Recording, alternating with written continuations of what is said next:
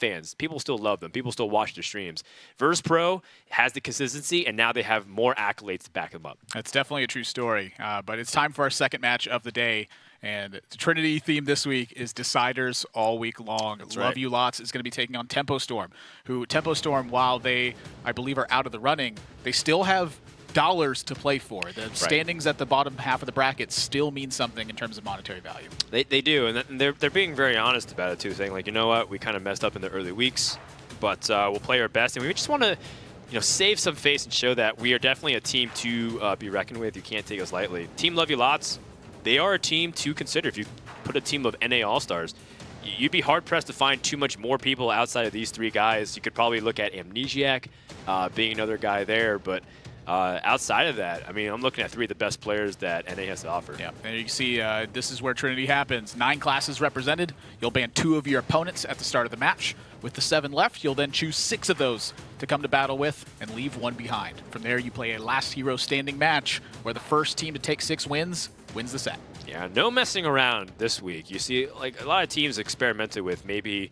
a shaman ban, maybe a rogue ban, self-banning their own mage or warriors at times, and also mixing it up. But I think in week 7, you have to go with tried and true. That being said, G2 did bring quite the curveball last series with an Exodia Paladin that actually won one of the games and was in very serious contention of maybe taking another game too. Yep.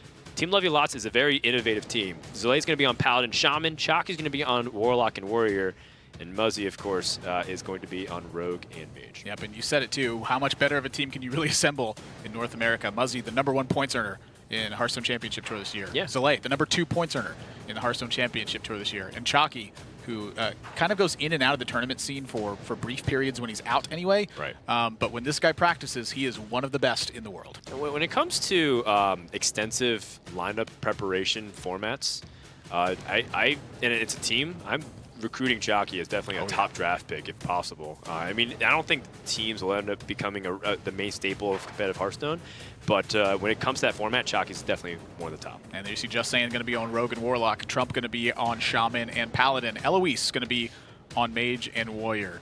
And like you said, still something to prove for this team. They admitted their fault early on. I do agree that some of that was there, but you still have a match to play. You're still up against one of the best teams that's been assembled in Hearthstone, and you still have money at stake. I mean, we kind of talked about how some of the top NA players, if not the top NA players, are on Team Love You Lots. But I kind of put Saiyan there very easily within the top 10 NA players and most likely within the top 5.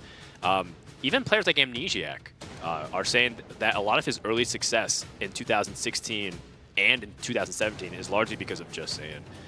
With preparation, practicing, lineup building, and also just theory. He thinks that Saiyan is able to spot things a lot that he doesn't. And that's very high praise from somebody who doesn't really praise people in general.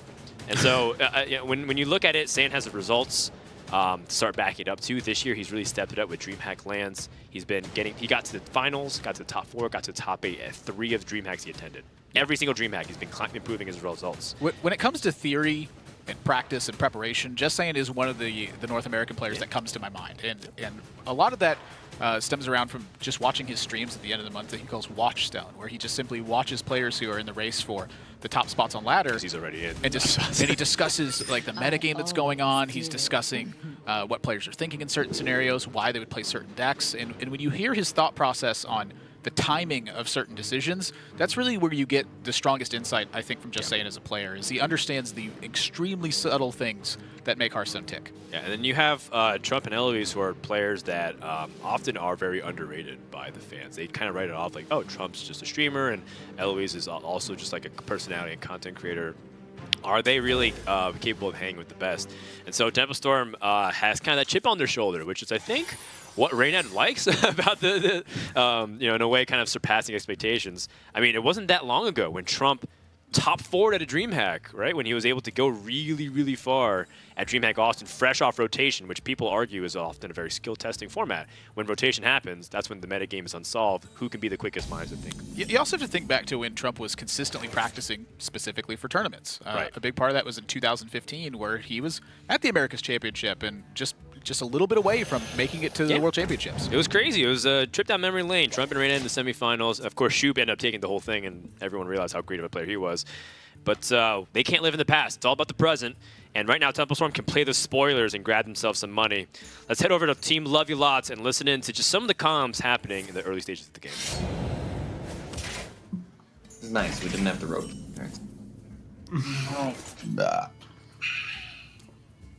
I appreciated it.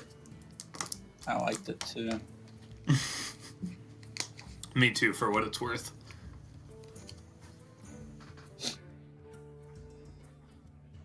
Wait.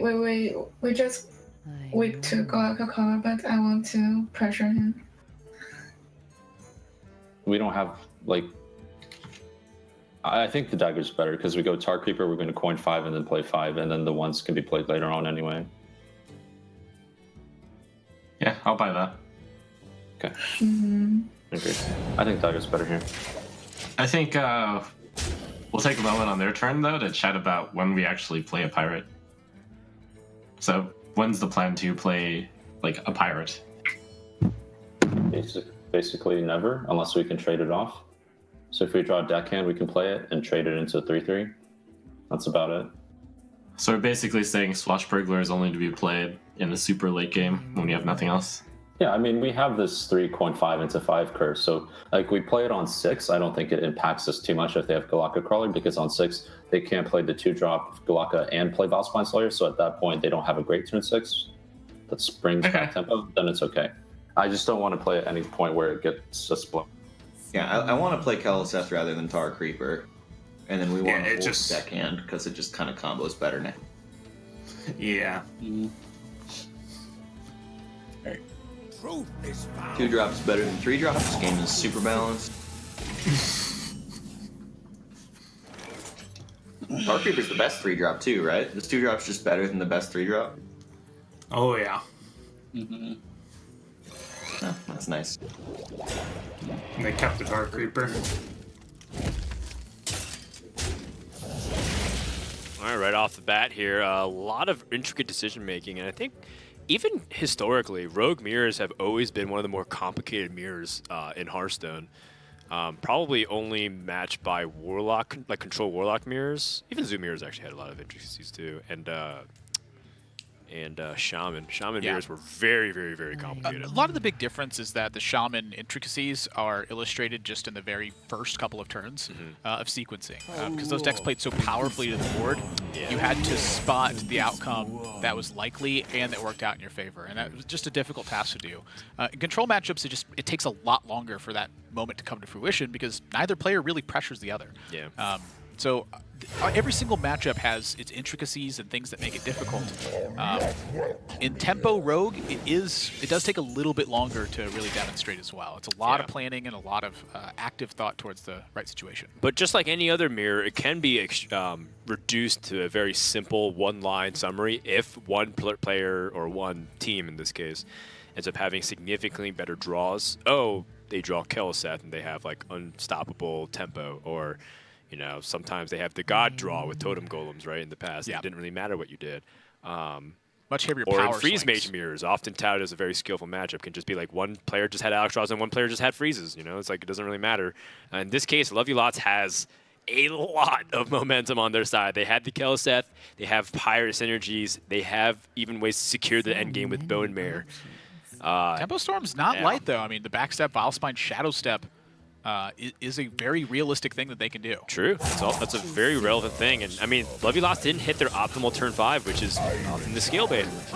But if you don't have the Scale Bane, this is still a ton of stats. I do think this is a little bit better considering the Scale Bane is making things somewhat awkward, but the damage that Tempo Storm is taking at this point, I think is a big difference. And wow, that dagger tag mighty. was spicy.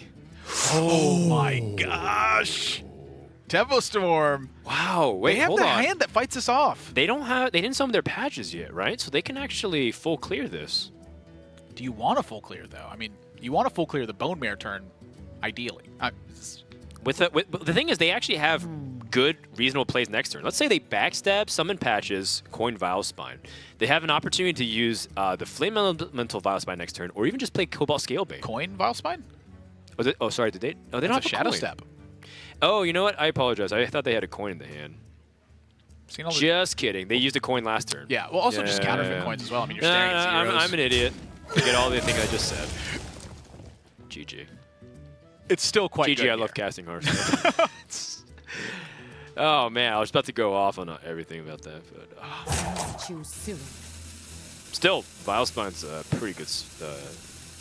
Yeah, they're debating here over how to Shadow Step or Backstab because it's just not buying them anything. It's just simply activating the Vilepspine. Can they play a Cobalt Scalebane and maybe delay it instead? Yeah. I like Vilepspine. Vilespine's still very good here. Would you? No, you can't. You don't attack the 3-2, right? You just assume that you take the trade. Yeah. Now, you're seeing, though, now how this attack from Love You Lots really adds up at the end of the day. I mean, That's so smart. it's a very aggressive attack, but they're the ones in the lead. And when you have the lead, leverage every resource you can. In this instance, that's life total. Just look at Muzz, man. He's just chilling with the scarf, with the lean back, and the headset. It's wintertime. He knew from the get-go. You contrast that with Bunny Hopper, who was leaning so close to the screen we didn't even see him on camera. We saw the tail end of his backside. It was a chair cam for all intents and purposes. Yeah. So it is a big contrast, too. I mean, Muzzy's been comfortable playing tournaments for quite some time now.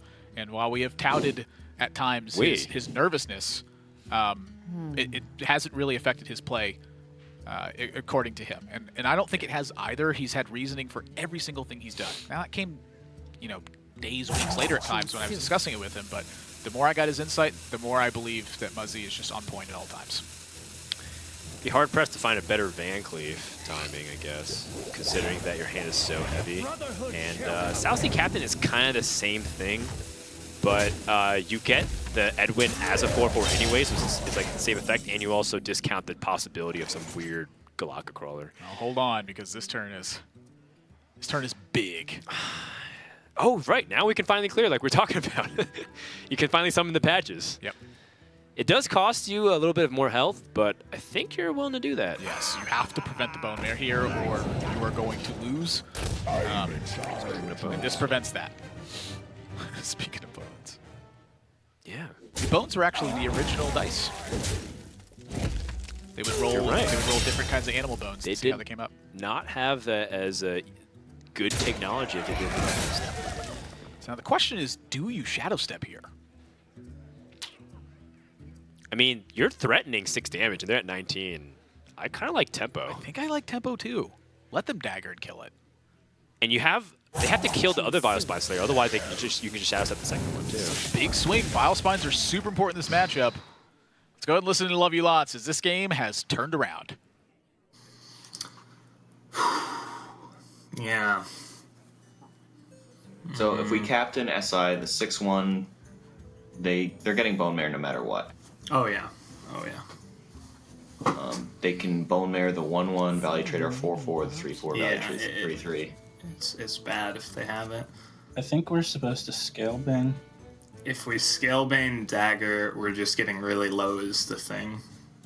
But We do have a horse to stabilize. yeah. Like the scale bang, it's the one that's like, not getting value traded on board. I think that's Right. how we win. Okay. I Hope they think don't I have- agree. Take your time, we have more time. Right. Choose soon. I mostly agree. I see us drawing like second chain gang and SIing something. Or Vilepspine off the top and just I'm gonna scale bang. cut. So if they Bone Mare the Vilepspine and Value Trade, we clean up with SI. Yeah. LUL. Cool. So it seems like the straightforward one is Shadow Stepping and Yeah. Serenading. That seems like a... Yes. Well, the only thing we would be painful against is Lich King, since they're about to go into 8. But I guess we have our own. I couldn't really think of anything better than. I agree.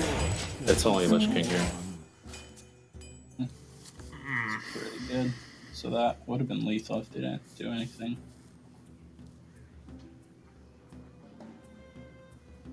Okay, so you have Captain SI to live. Wait. Yeah, we have to SI the 1/1.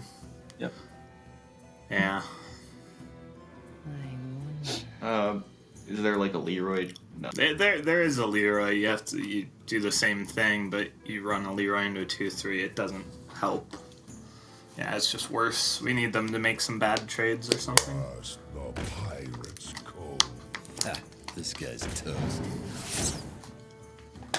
And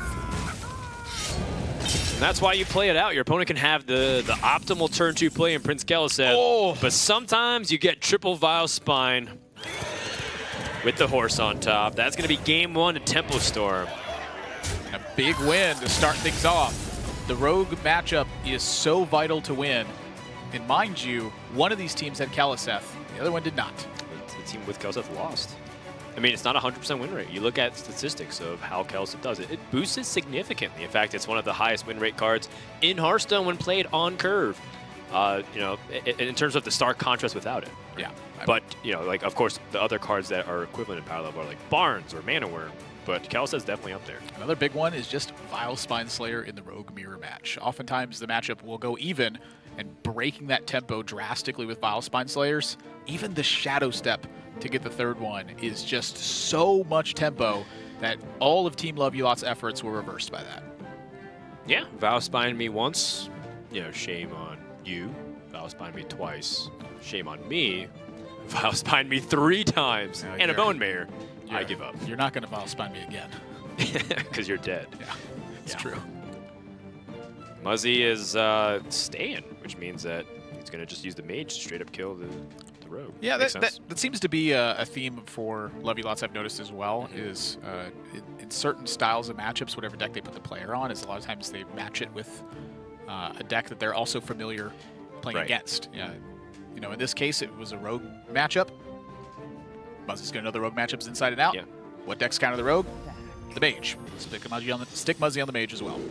Do you think that's the door to Saiyin's room? Because I feel like that is not scaled to size. It's more like the objects in rear are larger than they appear. It's like you know, the Willy Wonka and the Chocolate Factory. Yeah, like Fortnite. Like that's scaled to size right now. That door is exactly the size of it. So he's got to like play a little panel to get through it. Saiyin's actually in a battle royale game right now. Let's go into Mage versus the Rogue, and these are some powerful cards in the Mage arsenal. We talked about Mana Worm on turn 1. It is, again, one of the most powerful spikes in win percentages in Hearthstone. Although, interestingly enough, I did some number crunching, and in certain matchups, it's actually a higher win rate to have Arcanologist on curve than Mana Worm because of how important it is for Mage to not only curve out, but also weak thin their deck and have things to play early game. Mana Worm can sometimes just be a 1/3, and then you're just hero power. Yeah, I'm coming up with a number crunch here, and I would say in about 30.33, repeating, of course, percent of matchups that Arcanologist is better. Sure. It's a lot better than we usually do. Yeah, I'll take those odds. But yeah, this is an instance we're talking about, like, if Mana Worm gets shut down right here. This could be lethal next turn with that glyph. Yeah, okay, well, now give me the percentages on that. Actually, I think we calculated that last week, and it's actually 1 in, like, a quadrillion. It's way higher than that. It was a number that we did not know how to pronounce because there's about 63 zeros. I did not finish that math class, unfortunately, to count that high. Well, they're going to go for it. I mean, you cast Primordial Glyph here. This is one of the more powerful cards against Rogue, I think, in general, is because the idea is you're trying to fight their tempo with tempo. Right. So Mirror Image here is actually quite interesting. Yes. The Mana Worm is no longer vulnerable to backstab in this stage. Not that your opponent has it anyway, as you see the attack, but it helps protect it from some attacks here in this situation. So Frozen Clone and Ice Barrier are just quite weak.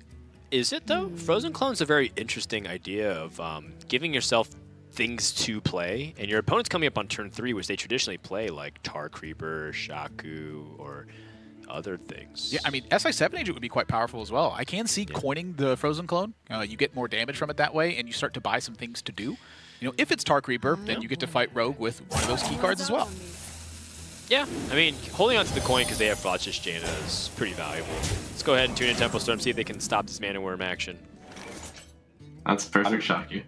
I'm still playing Shaku, right? Yeah, because next turn we got the SI. They can coin. Yeah, we should get the card out instead of... It's fine to take 3 or even 4, or even 5, right? So many options. You know, you say that, but We're getting the cards now. Seems like getting the cards rolling. I vote for Takuba. I think we're I playing. don't even know if that's an aggro deck yet. Could be a control deck. You can. 3 mana. I have 3 mana and a 3 mana card. I play 3 mana card. Next one to face. I have less life. Agreed with all of this. So there's double fireball like all the burns except the power blast, right? Ooh. So Firefly and in the middle. Let me think. Yes, and no. Yes. We'll have Tar Creeper. So I think we should have Shaku in the middle, right?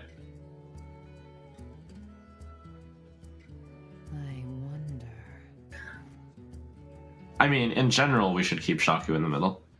I feel like they were trying to set up a ballet next turn, so Shaku will most likely to die. Ha, this guy's toast. True, but it's just good to think about Meteor starting from early. Yeah. I want.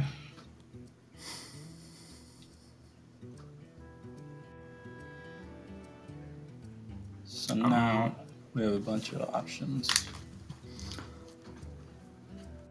I'm looking at just fireballing there, Shaku. Yeah, I'm looking at either Fireball or Polymorph. Or what I think. Like the Polymorph kind of sets up to maybe Blizzard, but The poly hedges better later against it has upside against Cairn and good against maybe a Giant Van Cleave. The reason to poly maybe is if they scale banned it could hit the 1/1 and we could coin out a ping. But I think poly's a better card. Hedges against Cairn a lot. I kind of like that scale bane reason. I mean, it's a 1 in 3. Otherwise, we go Fireball to Scalebane, then we Blizzard, then we Flame Strike. And then I want a Fireball. I want a Fireball as well.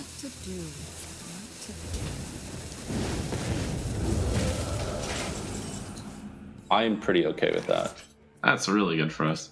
Yeah. Since we drew the backstab, do we also commit Flame Elemental now? No, because of Potion. Right? Potion of Of Volcanicness, yeah. Of Volcanicness, yes. So many options. I think I want to push 3 though. Just give the dagger charge. Isn't it really hard to find the mana to re-dagger since we're going 3/3 and then 7? Maybe it's better to just miss 1 damage. Keep the dagger for flex. But we do have the backstab. Sure, which means with the dagger we can reach 3. But we won't need to reach 3, right? I want to push Phase. Like, Because they don't have much money, I guess. yeah, we don't have an answer to Nova Doom anyway, and I think, I mean, I don't have a great read that there's no Nova Doom yet, but I think in the past few weeks they haven't brought it in their deck, so I don't want to play around Nova Doom Sayer. Unless they specifically changed it for us, which they might have. Blizzard for now. I mean, we telegraph it a little more that way, but yeah, I guess whatever. who cares? We could just We have the Blizzard. We have the Flame Strike behind the Blizzard, so it's hard for them to really much. Right. On both the SI You're saying- ping. No, I agree. I think we ping the 2. Which one do we want to ping? The one in the middle or the one on the right? The one. So we should think about Meteor, right? Yeah, that's what I was bringing up. So you ping the one in the middle because they'll place their big guy. Well, yeah, ping the one in the middle, I think. Okay. Yeah, the big guy probably gonna be on the far left. If they play 2 big guys, one would go far left, one would go far right. Right, and we don't want to. Sure.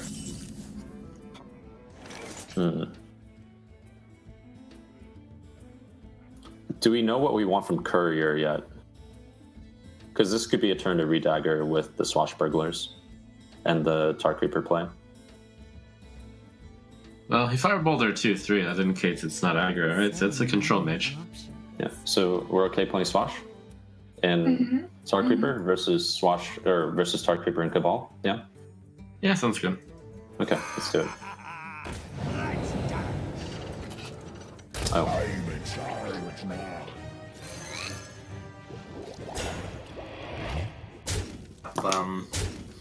For the Bone Mare. horse. Yeah. Hey, nice rhyme. Buddy. You get to use that one a lot. Bone Mare gets talked about a lot. Oh, yeah. So I want a blizzard. Yeah, that way these guys can't attack. Yep. Sound good? Oh, yeah. Sound good. Mm-hmm.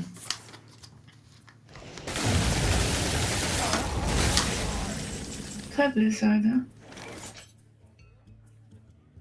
Okay, how do we want to position this? 5-5. We want the 2-1 in the middle, and we want to put Bone Mare on the far left. And then we can shove Shimmering Tempest and Cabal Courier in the middle later on. Did you want to buff the 2-1 or the 1-3? 1-3. Do you want That puts it to? at 8. Yes. Do you I want think to that's find pretty out good. some damage from Cabal Courier this turn? Just play it. I want to make the highest tempo play, and the next turn we can discover. Because Yeah, there's not a lot, makes sense. there's no good 4-drops to discover. Cabal Courier can give us decent 5-drops. So make me an argument on why we buffed the 1-3, 2-1. Bone Mare would work with deckhand. Because if we don't buff the 1-3, then they'll just meteor the middle, and then the 1-3 dies anyway. Okay, I can buy that. Okay. I'm gonna swing as well, I think.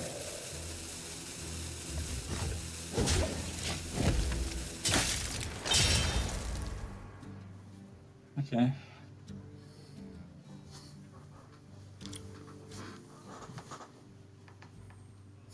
So, I see just Poly Valet. Even though Ping does the same thing, the 2-3 on board is pretty good. Yeah, that's what I see as well.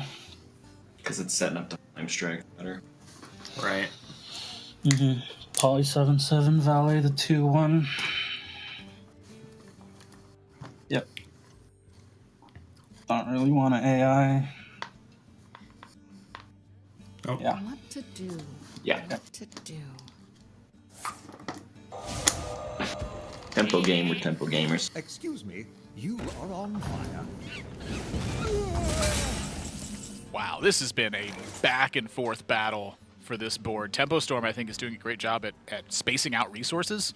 Love You Lots, though, they have played Control Mage time and again throughout Trinity Series and found success in these situations that otherwise look fairly dicey. Yeah, you talk about like spacing their resources accordingly. I think both teams are doing a really good job. But one thing that's interesting is Love You Lots has been a team that's been debating things a lot more than other teams. They consider all kinds of lines, and they even stop and hesitate to think about it. But they've been pretty quick this game. Hasn't really been too much to think about because their game plan is pretty straightforward. Withstand the Rogue pressure. However, Rogue has ways to reach past their deck now. They have Cabal Courier and Shimmering Tempest, and those can be very threatening. And now with a Leroy and Cobalt Scalebane in their hand, I don't think they're going to be short of damage. It's all about, do they have enough turns to end the game before Mage inevitably wins the board back. And that's what I'm looking at, too. And that's why I'm looking at this Cobalt Scalebane this turn. I think it's forced a lot. Blood Reaver Gul'dan gets picked up. And this Flame Strike is not clearing because of that backstab that was held in this turn. That is massive. Oh, if that would have landed on the Bone Mare right there. That's a big deal. I mean, that would have been either the Cobalt Scalebane sticking around to apply another buff, or it would have been the Bone Mare crashing through for extra damage. But now, suddenly, I look at Love You Lots' spot. They're staring down 15. They have Jaina available. Do you want to risk your Ice Block and try to recover? There's so much to consider here. At what point does it become reasonable to start factoring cards like the Cobalt Courier and Shimmering Tempest and whatever cards that you steal? It's something you think about, but it's probably your last in the priority list. Obviously, you want to consider the upfront situations first, but I just don't know if that's going to be a thing here. Love You Lots they're in a lot of trouble. So, I mean, if they go for Coin Frostlich Jaina, they go up to 19 health with 16 on the board possible. They have a second ice block, so they can utilize that as well and stall for an extra turn. Maybe the Water Elementals buy them some extra life as well. I kind of think that's their best line here. I agree. I don't like their Flame Strike prospects. Looking uncomfortable. Fear those who Tempo Storm now. They have Leroy. They have Shadow Step. They have Blood Reaver Gul'dan. They have a second Shadow Step. They got 15 on board. Well, here's the interesting thing about Rogue's predicament in this matchup. When Frosted Shayna hits the board, what ends up happening a lot of the times is that they have to develop onto the board in order to pressure. What Blood Reaver Gul'dan does is allow them to actually pressure life total without actually having to develop on board. The other thing that they're making clever use of here is just the Shadow Steps. I mean, all the mage's removal is seeded in damage. If your minions are just too large, Love You Lots is not going to be able to handle them properly. Should they play Shimmering Tempest? It sets up a water elemental for the ping. They can just pop the ice block here at 4. That's good enough. Here's another question. Would you even contemplate Shadow Stepping another minion to give them less opportunities to utilize their hero power? You can get another Cabal Courier, for example. Well, Tempo Storm's got a lot loaded on board here. They have a Shadow Step Leroy and Blood Reaver Gul'dan. Let's listen to Love You Lots and hear how on earth they're going to get out of this. You're setting up more against Meteor. Okay. I mean, I'm pretty sure it has to be Flame Strike Ping trade. Yep, that's the only play I see. Yeah, it never gets better from here on out. Why is that? Leroy. Why is that? Does it ever get better if we Arcanologist AI ice block? We just get popped. We get popped at like 1. At 1, and then we get popped lower. For the rest, we don't have a welly the next turn, so we'll have 1 HP. Yeah. And just, Okay, talk me into it. We take the risk now instead of later. And if we wait on it, they have more opportunities to make a board more sturdy and bone mare or something. You could play it if you wanted to swag. I think we just end it. Alright, I guess.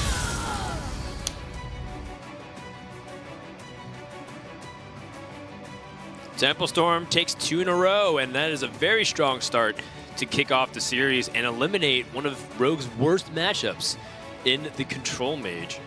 And I still, even though things didn't work out for Love You Lots, I like the lines we took. I think they, on average, work out a lot better than what ended up panning out. But also, you gotta, tip your cap to, Saiyan as well. Like, keeping in mind, all the things that they want to make complicated for the mage, and as a result, made so many suboptimal decisions, game theory suboptimal decisions for Love You Lots. There's a lot of little things to consider. Those little things, if you play them all right, can add up to a big advantage. The big key for me was the understanding that going tall on one specific minion in a lot of situations was better than simply spreading out the damage. It plays around Flame Strike a little bit better, helps them supplement against the small burn spells like Medivh's Valet and Frostbolt, and the big one was just that constant influx of pressure. I mean, having the 2 Shadow Steps and Leroy, very key to that pressure, but the big one was that the Scalebane lived for a turn with a 5/5 alongside it. And so Flame Strike was all but off the table in a lot of those situations. Yeah, so Tempo Storm jumps out to a 2-0 lead. Will Team Love You Lots make the comeback? We'll find out right after this.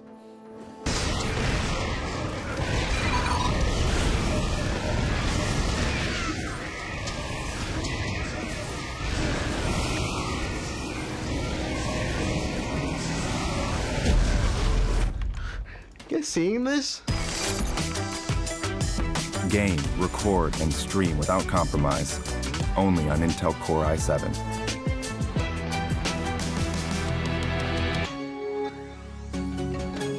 Big shout out to Intel. In fact, this is what the esports arena here in Burbank, California is called, the Intel Esports Arena. And a big welcome to anybody joining halfway through the broadcast. We're currently in the middle of a series between Tempo Storm and Love You Lots. Love You Lots playing for a spot in the top 4. Tempo Storm playing for a spot in the top 6.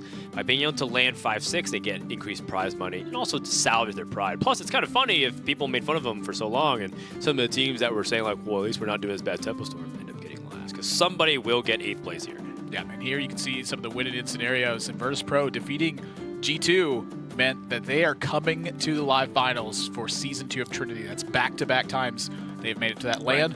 If Love You Lots beats Tempo Storm here, they will advance. And then tomorrow, looking at the situations that stack up, this 6-way tie at the 3-3 record and how close it's been has really made the last week of Trinity exceptionally exciting for elimination matches. Although there is one team also virtually guaranteed to get through, and that's Team Liquid. If they win a single game against Complexity tomorrow, they also will be making a repeat appearance, which is what you want to see. You want to see some of the consistency. You do want to see some underdogs challenging as well, so I'm actually rooting for Misfits tomorrow, even though I'd like to see Planet Out do well. They've been doing well all year. It'd be cool to see Stan Sivka here in California doing some cool stuff, and I think they would bust out some cool things for the finals. Yeah, definitely something to look forward to on that front. I mean, Team Liquid, something interesting to note is Nyria going over to G2.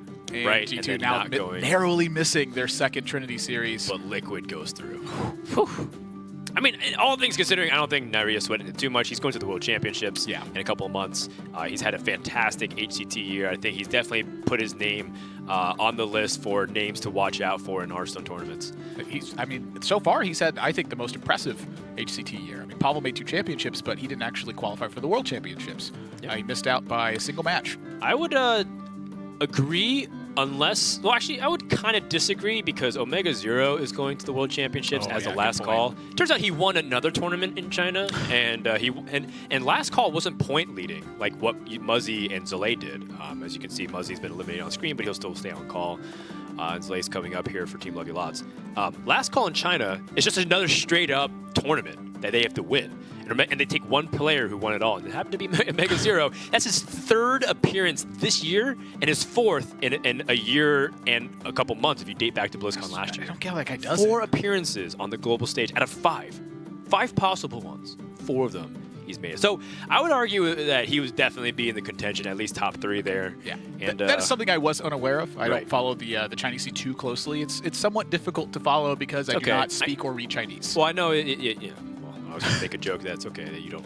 I know you're Chinese and you haven't practiced in a while. Yeah. It's been a long time. Yeah, centering back onto this series. You know, Stan actually speaks pretty good Chinese, by the way. I didn't know that. Yeah. In fact, there's a lot of North American-based players that do speak Chinese and connect to the Chinese scene, primarily in Canada as well. And that's like Silent Storm, that's like Neobility, and you saw some of them qualify like WTY Frozen. Bill. Frozen is also very much connected to the Chinese scene, but speaks English as well.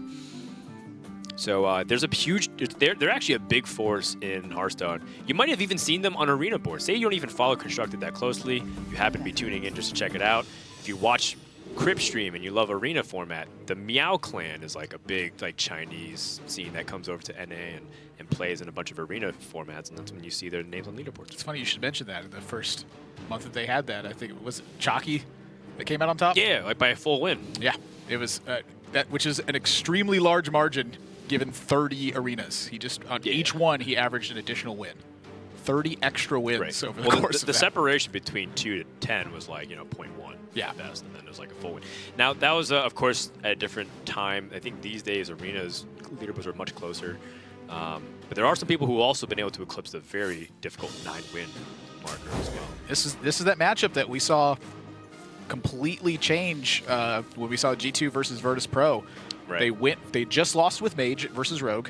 They went into Shaman versus Rogue, and they didn't secure that spot, and that was it.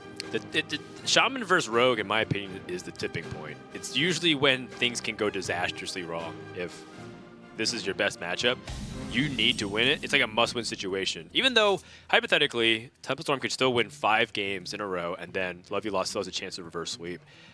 It's just extremely unlikely when it comes down to that. I feel like have we ever seen that in Trinity Series? I think it happened maybe one time at best. I don't think we've seen like the full come from behind. I think we've seen like big sweeps happen. Right. We've had like 3 games up and then six reverse sweep or something like that. Yeah, I don't think we've seen like the complete one happen though.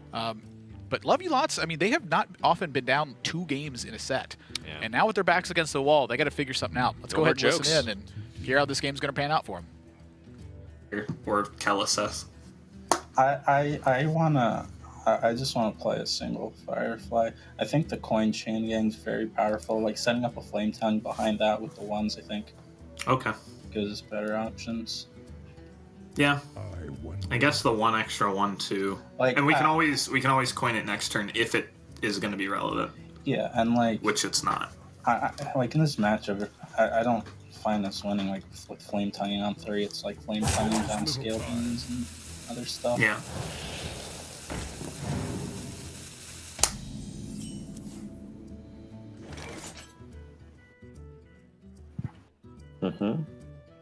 Maybe.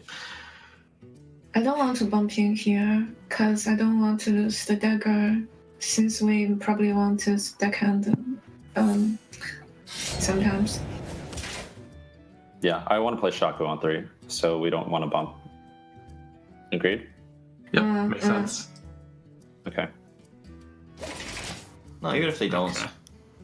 I don't think so. I don't see a reason to. It gives them a free swing on board. Yeah. I would just double 1-2. Double 1-2.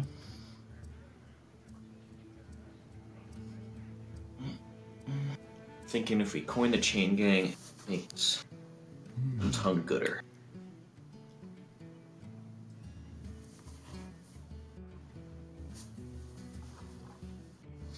Well, part of what we're thinking is we just don't necessarily want to coin a 1-2 ever. Yeah, it doesn't do anything if we don't flame tongue and take trades. And even then, what it would do is push 3.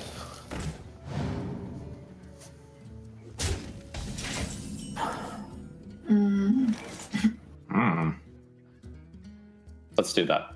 Shadow 7. Wait, what? Wait. Oh, yeah, but... Yeah. Aren't we afraid of getting our stuff eaten? We're not going to play deckhand. Okay. This is... Oh, really? You don't play deckhand? Then I'm not sure then. No, of course we don't. We're more inclined to be kind of smart. Yeah.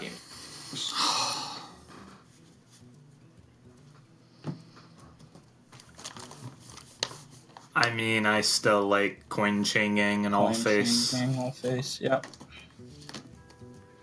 Put it on the far left. Yeah, left. I wonder.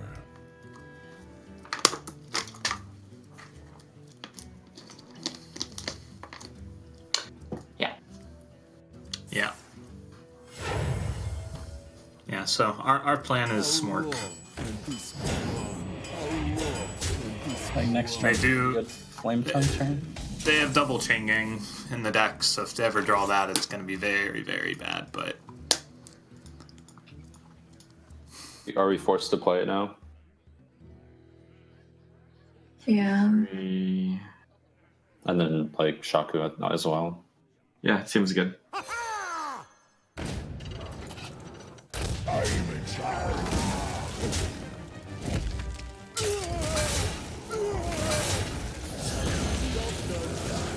What comes to mind? yeah. We can go Corsair, Flame Ellie, then Portal. Yeah, we're playing around the 2-3. 2-3. Yeah.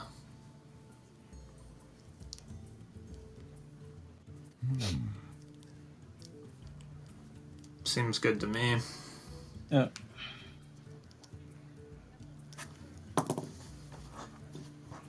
Avast, matey.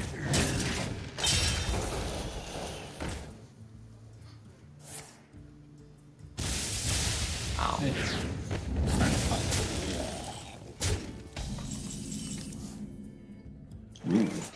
That looks good to me. Agreed? Yeah, let's see our card there first. I think we attack which one do we attack? 1-2. This one, right? Is it worth it to attack a pirate because of Galaka? I guess there's not a great upside of killing anything. Sure, I'll do it. Sure. I mean, I don't think it makes much of a difference. Sure, yeah. I was thinking about whether or not the pirate was actually a downside for Galaka also. It's kind of clear. That double buff is heckin' annoying. We can Flame Tongue and Tide. Are you thinking? I mean, the trades with the flame tongue are pretty poor. I don't really want a flame tongue. Yeah. Trades the whole board. I wanna go like Tide hero power and just trade the Murloc. Trade the 1/1.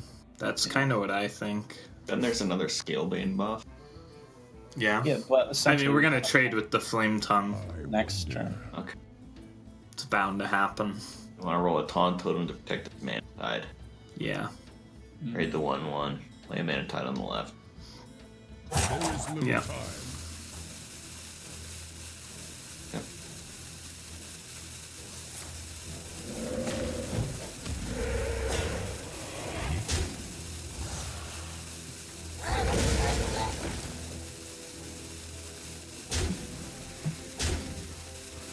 Well, Tempo Storm still is dominating the board because that double Kel'Theth. Lovelots hits the Eye of Blackpaw. And Tempo Storm also doesn't really have that great plays this turn. Wow, that Taunt Totem was serious. Yeah. I mean, that is, if Lovelots ends up winning this game, that could quite literally be the reason, is that little tiny that little tiny Stoneclaw. Now, something else to note is their impressive play thus far. They've chipped away a lot of damage with just Fireflies, and Muzzy said it early on. He goes, we don't really win with Flame Tongue on 3. We win with Flame Tongue and trade into big things. Not just taking the early board and then losing the Flame Tongue.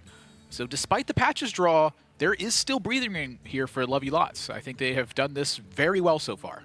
So many Yeah, options. and Saturday Night Chain Gang, I believe, doesn't have the buff correctly. I don't believe it does. It's not as intimidating. Otherwise, it'd be a very easy play of playing 4/5s. You can justify playing Lotus Illusionist as well, because you can try to transform that to big tempo and just have it control the state of the board by like denying good Flame Tongue I trades. think Tempo Storm's got to be worried about Bloodlust situation. True. Do they know the Bloodlust patch is is a real in thing hand too. right now? I like the Chain Gang, but it's still somewhat concerning if you're in Tempo Storm's spot. Their hand is very clunky, and Mana Tide has lived. Oh my. Wow. Oh my goodness. Are they going to be able to do this? Despite the fact that they drew patches, their opponent has Shadow Step and Prince Kel'Theth. Well, There's still a chance for them to really just take a commanding lead. the problem is their plays this turn are just not the strongest. I mean, it's either Flame Tongue and trade in, or you're looking at Devolve and hope something good happens to you, but these are not the strongest Devolve targets right now. Right, because they get multiple 3-mana minions, which require you to trade up anyways. The average 3-mana minion's also around a 3/3, which is kind of the same as the Saturday Night Chain Gangs. Yeah. So this is probably mandatory here. I mean, maybe they're looking at Evolve. I don't think that they are, though. I wouldn't hate the Evolve if they were able to keep the board. Like, they can have, like, 5 2-drops, for example, but... Ah, this is quite clever. Just evolve the Scalebane to pull some of the power, hopefully pull some of the health, and pull the effect his way as well. And the Mana Tide is really tempting to keep around as well. I think they have to, honestly. It's a lot of resources to invest, but right now they are looking for Doppelgangster basically exactly. Oh my. Well, Patches already has been pulled, so the big damage has been dealt, but Vile Spine Slayer can now be comboed. Pretty big damage on that Vile Spine. Yeah. And that might be all she wrote. I think we're looking at a Tempo Storm 3-0 lead if Lovelots does not draw Doppelgangster. Yeah, Doppelgangster still a very strong possibility. No dice. Eye of Blackpaw is still a possibility, too. How big is their Jade? Doesn't look like they have 1/1, anything. I believe. Yeah, I'm going to summon a very small man. Perhaps you could hold on and Jade Claw's hero power this turn. Oh, that's so weak. That's so weak. But then you can Aya next turn and still also Look at evolve. Tilly's expression. I think that's really telling of the ordeal here. Is there a combo of cards with 7 mana and 2 mana that can really help pull them back with just an Aya evolve? There's some powerful 7 mana minions. You're looking at What, 2 Poisonous Taunt maybe? Oh, the Gastropod. Yep. I mean, 7 mana minions also include like Archmage Antonidas, and I don't think they're going to Baron evolve. I get think they're going to hang on. Oh, here we go. Swamp King Dread. Oh well, it might go down anyways. Yeah. Oh, wow. The combo from Vile Spine activates first, so it does attack this Firefly. Right. Which is fine. Kills off a 3/4. Some benefit, but card. Swamp King Dread. Definitely an underrated card for sure. Just a little, doesn't really fit what Hunter wants to do. Or Shaman here for that matter. Or Shaman. It fits what Rogue wants to do. I mean, Swamp King Dread would be like super sick in like a warrior deck, like a control warrior deck if you think about it. Or maybe even a Highlander Priest. Love You Lots is out of options, and I can't think of a single card that gets him. Well, okay, maybe. Ticking Abomination. ×2. Let's go ahead and listen in.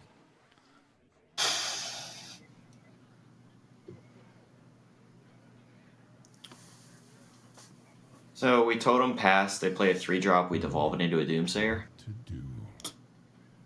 We Jade Claws their 3-1 with our Totem Pass.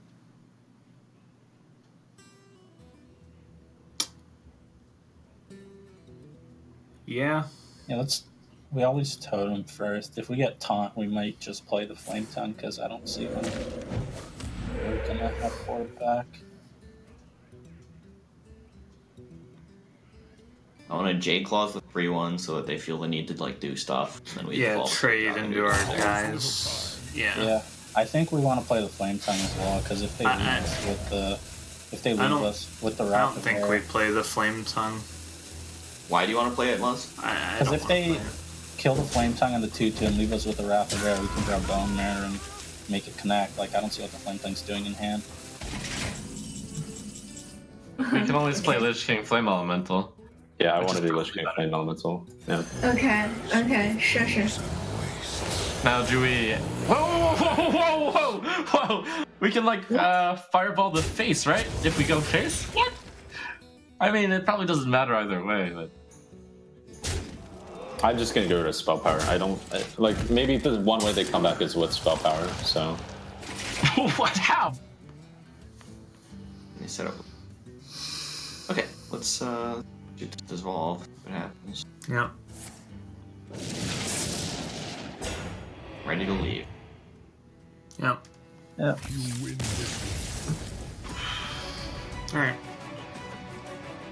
3-0, and Tempo Storm is not only fighting for the 5-6 spot, they're threatening very heavily to destroy Love You Lots' chances of going to the live finals with a commanding victory. Wow. This is looking really bad for Team LUL. 3-0, and these are the desperate situations where suddenly you go, what went wrong? And draws for one. Nothing really went wrong. I mean, both teams, I think, had strong draws in game number 1. The tiebreaker was the Vile Spines. Tempo Storm had access to them. Love You Lots did not, and those Vile Spines bought them the value and the tempo necessary, and that's why that card is so key in the deck. It's weird to think about an aggressive matchup turning on turn 5 rather than the early stages, because that's what we've been accustomed to. But my goodness, they're on a tear right now. Yeah, I think also you're starting to kind of piece together why the Rogue has so much game, even in late stages, where they have things like Lich King to help play to cement their board. They honestly didn't really even need it. They have Cairn, they have Bone Mares, a lot of other ways to add ammo. The big thing, of course, was Prince Keleseth being able to get Shadow Stepped and then drawing patches. It almost feels like that goes hand in hand. If your opponent not only gets Shadow Step and Prince Keleseth, it feels like you have a 90% chance to draw patches the next turn. Team Love You Lots, I think, was setting up their patches very well. They need the Flame Tongue with patches to provide the big swing, and they ended up drawing it, and it's a big punish. I mean, you are super unlikely to draw it, and when you draw it, it is a massive punish to your game. But holy smokes. They got to stop them. Love You Lots needs to win this match. I think the tone of their conversation just kind of tells you everything. For 6 weeks, we've heard Team Love You Lots joke, make a lot of sarcastic quips about, not only the state of their games, but also just kind of talking about how they believe in the long-term process of being able to make higher decisions, higher percentage decisions than other teams. And nothing matters more than what the final week is able to affect the outcome here. Team LUL is on the cusp. They're one of the borderline teams. Will they make it? If they're able to win the series. And it's slipping away from their grasp. Before, they had a positive game win differential, which would have been an important tiebreaker should they actually be in a tie scenario. But now they're in the same water as Complexity and G2, and coincidentally moved Misfits higher. I mean, they have to pick up a win soon. Yep. Like, if they don't stop this Rogue, the series is going to be a sweep. We did get some information how Virtus Pro is not completely guaranteed to be in, pending on how things shake up, but it's just a very high likelihood. Yeah. It would take a catastrophic series of events for them to not make it. And then because Virtus Pro dethroned G2, which, by the way, a week and a half ago, G2 was tied for first. Now they're 7th place. Just want to point that out. Team Liquid is now guaranteed through. It's like a little personal vendetta. No, it was just one of those interesting things where like the standings can change at any second. Oh yeah, it's like they were tied for first with Team Love You Lots, and now both of those teams are in the bottom half. Team Liquid vaulted to the top, and Virtus Pro is right behind them. That's why Trinity Series is so exciting, because week to week, even though the games might feel, quote, meaningless, things can be changing at any second. You don't know who's in the lead and who has to play catch-up. Yeah, I mean, I think back to the small decisions that teams made, or at times large decisions they made, that cost them situations, percentage points, or games even at times. Every single little decision you make has a butterfly effect in Trinity Series. And every single one of them could have completely changed the scope of not only your fate, but another team's fate in that instance. That's right. It creates a split in the parallel universe timeline. If you're a big believer in the space-time continuums and, you know, temporal rift theories, whatever it is, I'm not an expert on this subject, but say you watch Primer or you know, Interstellar. Yeah, if you watch those, you are an expert, and listen up to Dan right now. Yeah, because those things are scientifically sound last time I checked. But if you guys watch that, there are definitely a lot of what-if questions on what would happen. Would I be able to come to that finals on December 8th, 10th at the Intel Esports Arena in Burbank, California with Frodan, Admirable, and other friends? Or will I be at home watching other people win 150K? You know, it's that exact feeling that I got playing tournaments when I was younger that drove me to keep competing in to card watch games as me well. and you cast the live Well, finals December no, 8th and 10th at the Intel Esports yeah, Arena in I Burbank, foresaw California. that when I was 12, precognition. It was. So you did watch Primer. It was. It was the hunger of that what if question. I was like, what if I won that last round? I would have gone to the next big tournament, which could have catapulted me to the next big tournament, and so on and so forth. And every single time I lost, I could pinpoint a reason I lost that boiled down to my own decision somewhere. And every single time that happened, I was left with those what if questions. And that's part of just what makes this so exciting. But Love You Lots, you can tell, are getting in some desperation mode here, because Control Warlock can fight against Rogue, but boy, is it tough. Yeah, it's not exactly what you want to see, but they have some cards that help tilt the odds in their favor pretty significantly, Galactic Crawler being one of them. Yeah, Galactic Crawler is, I think, an interesting card in Warlock, because I think it's one of the few cards that you can tech into this deck, and it's still useful against Control, because that 2 points of chip damage does matter towards the end of the game. You know, I think back to the G2 matchup with the Warlock versus the Warrior. If they were able to chip into that armor total turn after turn, they might have eventually gotten there, but the armor got out of control, and they had no way to reach it. Full keep here from Love You Lots. I was going to ask you the question I always ask when Blood Reaver Gul'dan's on the screen. You know I ask this every time. It's because of the and Voidwalker Galaka. Do you keep Blood Reaver Gul'dan? And when you have an early game, single time. When you have an early game like this, it's one of the ways that Rogue just can't win at that point. This is one of the timelines I'm seeing where Love You Lots can win the game. They have Galactic Crawler for a big pirate swing. They have Defile to clear up boards that have been traded very heavily, and they have Blood Reaver Gul'dan as the final stabilizing / kill button. The missing thing here now is a Siphon Soul and Demons.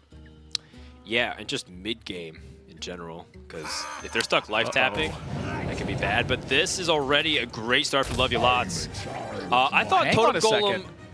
The Sanguine... what is this card? Sanguine Reveler? That could be... I mean, Temple... There's no way they're going to read this deep, right?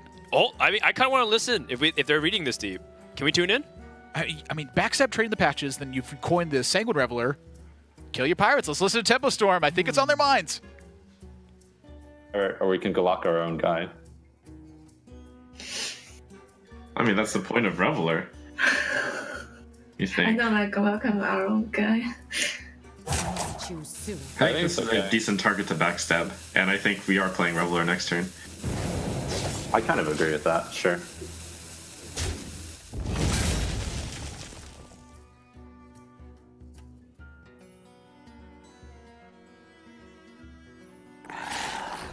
Oh, wow. Always. Oh, such wreckage.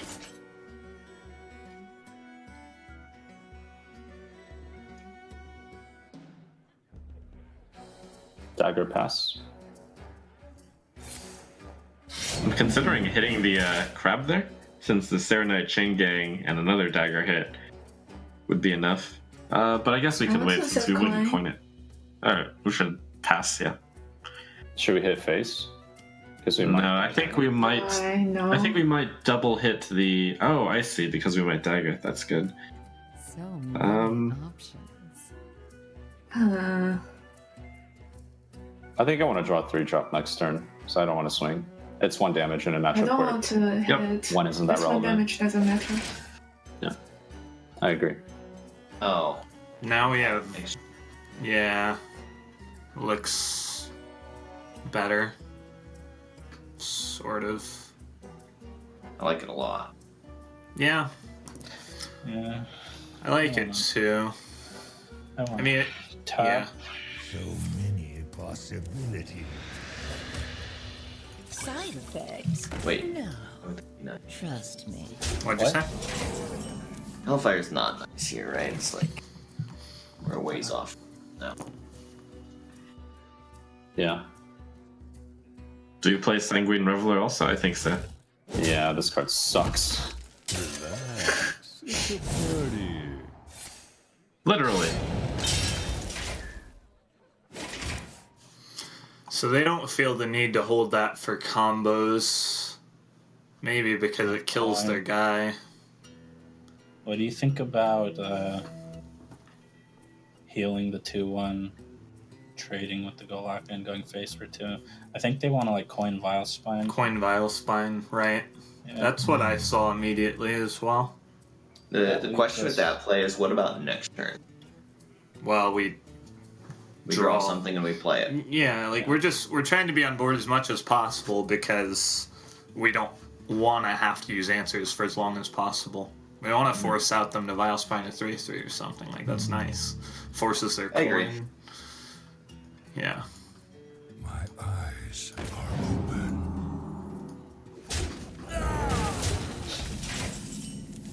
It's the chain gang. Yeah, looks like it. Okay. Do we hit something? No. I mean, hitting the 2/2 lets us actually kill it next turn. It doesn't seem like it was going to go anywhere. We don't I think- have turns to redagger. Yeah, a lot of the time. Oh, that's right. Yeah, we're going to use it to kill a 3/1, you're right. No. No fast APM mechanics and handlock.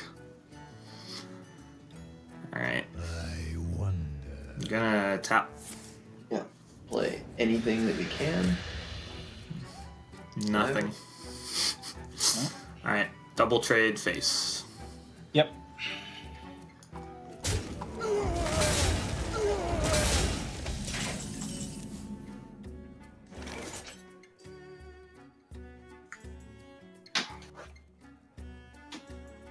Let's kill the Golaka.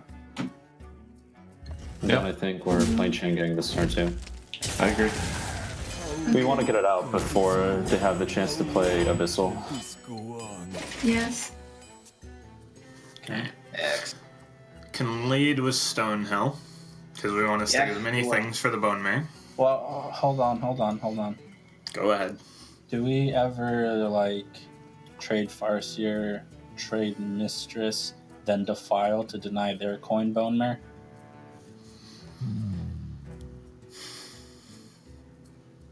So like 2 Defiles, right? It's true. If they coin Bone Mare, we get to Bone Mare back, trade in, and then we just both have 5/5s. Is that Yeah, that but, bad? like- The Defile, I guess, isn't getting much sweeter. What do you think, Soleil? Like we could still Defile and then hit like Voidwalker off the Stonehill and we're just Right. head on board again. I have no opinion. Okay. I think I won't. I mean, Hold on. What's up? Oh, I thought the things weren't on. But, Yeah, I thought we were doing that. What are we thinking, Rat or Stonehill? Stonehill. Stonehill. Agreed. Scalebane. Yep. If they siphon, we just coin Lich King. Yep. Yeah. He is coming in hot. Come on, horse noises, guys. There we go. Here's a good horse noise. Horses love doing that one.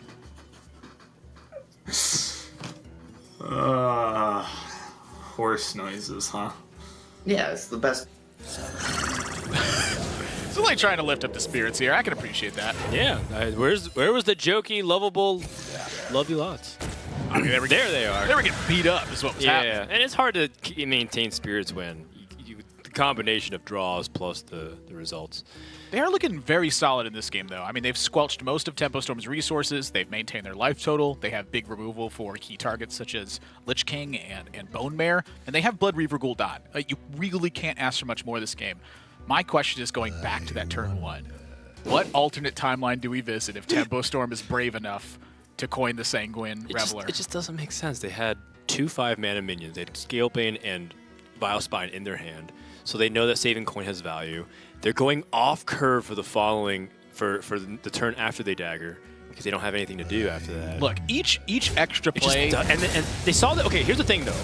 They saw that Lovely Lots kept every card, so they probably have an answer to the 1/1s, like maybe a Coil at the very least. Take a Defile, Hellfire, Coil, Voidwalker, It's Mistress. a lot of what ifs. Here's the thing: each play you make above to go beyond that crawler, it's coin and it's Sanguine. That's an extra 10 IQ per. And they're 200 IQ gamers on Tempo Storm's side, but you need a 220 to coin that Sanguine. That's just, nobody's at that level. Yeah. You have to be like Dr. Disrespect to hit those kind of spots. Yeah, no, a lot of what you said makes sense. But no matter how you slice it, Love You Lots is gonna run away with this one. Temple Storm could have stayed in, I think, if they got Frostmourne. That's actually like probably the card that would keep them in the game. I think that could have definitely changed things. At this stage, though, I think Love You Lots is just running away with it. Yeah, I mean, realistically, another thing that could have potentially just shut the game from Tempo Storm coming back was a Bone Mare. That's something Tempo Storm did not even consider. Oh, yeah. Because who plays Bone Mare in a Control Warlock? I have done it one time ever, and it was when I had Medivh Double Twisting Nether as my threats. I had no Mountain Giants, I had no Twilight Drakes. I wasn't running Stonehill, though, and I think Stonehill is a pivotal part of that. Just give me extra stuff to do. Putting Bone Mare in those kind of decks just feels like you're trying to make a point. You know, it's like, this card is just so obnoxiously good that I can just put it in to almost anything, right? Like, Bone Mare, it's very similar to some of the old packages that we used to see, like some of the other neutral. Like right now, Dark the Iron Dwarf, Defender of Argus, yeah, Pyre the nerfs. Defender of Argus with like Argent Square, like all this stuff in the past. Yeah. Defender of Argus used to be a days- 3/3, by the way, for those of you who didn't know. It was Yeah, absurd. Shadowstone Cleric, Defender of Argus, Dark Iron. I remember that very fondly. These days, the neutral package seems to be Firefly, Cobalt, Scalebane, Bone Mare. If you are trying to start a new account, or let's say you are a relatively new Hearthstone player, that is the best 120 dust that you, or 240 dust you can ever spend. Yeah, right Chain now. Gang is up there with him as well. Chain with that Gang's Stonehill pretty good. Defender. Let's go ahead and listen to Tempo Storm, though. They're facing down quite a bit of dust value here. We're in a deck with Hellfire, Gang, and Bone Mare? I hope not, because now I'm just trying to figure out the most information. I think we have a decent chance at winning after this. What, no? If that doesn't have Never, then we do have a chance. Way to Defile. Yeah, I'm seeing. So, off the bat, we can make... No, there's just No. absolutely not. No way. Absolutely no way to Defile. Just Nether. We can make a 2/3 and a 4 and a 5, and then the last thing would live if we played our 2-drop, our other 2-drop, coiled our own guy and defiled it, leave them with a 5/1, but that's just worse than nethering. Like, So if we trade his 7/5, then there's a 1. We Thespian, there's a 2. Galaka, there's a 3. there's a right? 3, but there's no 4 then. Yeah, we should just Nether and probably Wait, play Thespian, right? We could tap instead of Thespian, because the Thespian lets us get better defiles, and it digs Okay. into our deck. I like how like Thespian tapping. sets up to Gul'dan next. I like tapping. We're at 26. We're at a really high life total. Well, I'm just thinking I want a Gul'dan next turn. We can Gul'dan next turn almost no matter what. Saving the 3/2 just gives us more flexibility for the defile if things go awry. Okay. Like, it dies to a backstab or an SI or whatever. Like, so we get a 1-3 and a 4-5, right? Yeah. Yeah, like, they're out of their good resources at this point. They're just trying to make they're trying to make a pathetic all-in.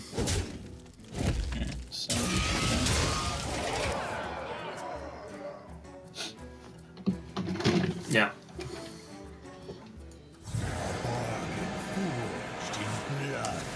Shadow.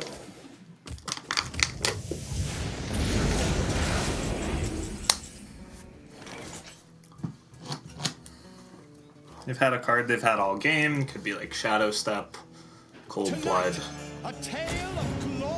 Another Vile Spine in theory. Can't be that. Probably would have bone married here. Alright, cool. Rogue gone. We did it! Woo! Even though we had way better answers previous. Love You Lots gets the Game 4 victory, and you know what? They can't get the series win. What's important is not only, of course, you know, the normal campy stuff, having fun with your friends, at least being able to get important game wins. Improving their tiebreaker is the best thing they can hope for if they're not going to win the series. But it's still too early to tell. Something that Love You Lot is the patches. I just love how he gets up and patches unveils. He's like, he's drawn every turn. He just has straight up patches art. Love You Lots has put together massive strings of wins with Warlock in their past series. They take a matchup here with a great opening hand, very favorable scenarios, and well thought out planning. Can they return 3 serves here and put this series back on even footing? Well, they'd be at an advantage if that was the case. If they win 3 more. Just from a game score perspective. Right. I'm sorry, this is the first one. If they win 2 more here is what I mean. Hypothetically, yes. If they win 1 more, and then if they can win 2 for every 1 game, they should be able to outpace Tempo. Yeah. I think a lot of it just boils down to what Tempo Storm has remaining. You know, say, for whatever reason they're playing Zoo, and then suddenly the Galaka Crawlers are something to be feared if you're playing South Sea Captain and patches inside the Zoo build. Well, Tempo Storm is looking like they're not going to make it, and this is what happened, by the way, in Season 1, where Tempo Storm was actually number 5. There was actually a very interesting scenario. This is back when Tempo had VLPS, and Complexity had, of course, Super JJ. VLPS and Gara. And Gara. Yeah. Complexity actually beat Tempo Storm because of game percentage wins. So, like, they had a better game loss differential in win percent, but Tempo Storm had a better overall record, I believe. I think it was the other way. I think it was Complexity had more wins total, but Tempo Storm had a better win percent. Okay. And the tiebreaker last season was not win percent.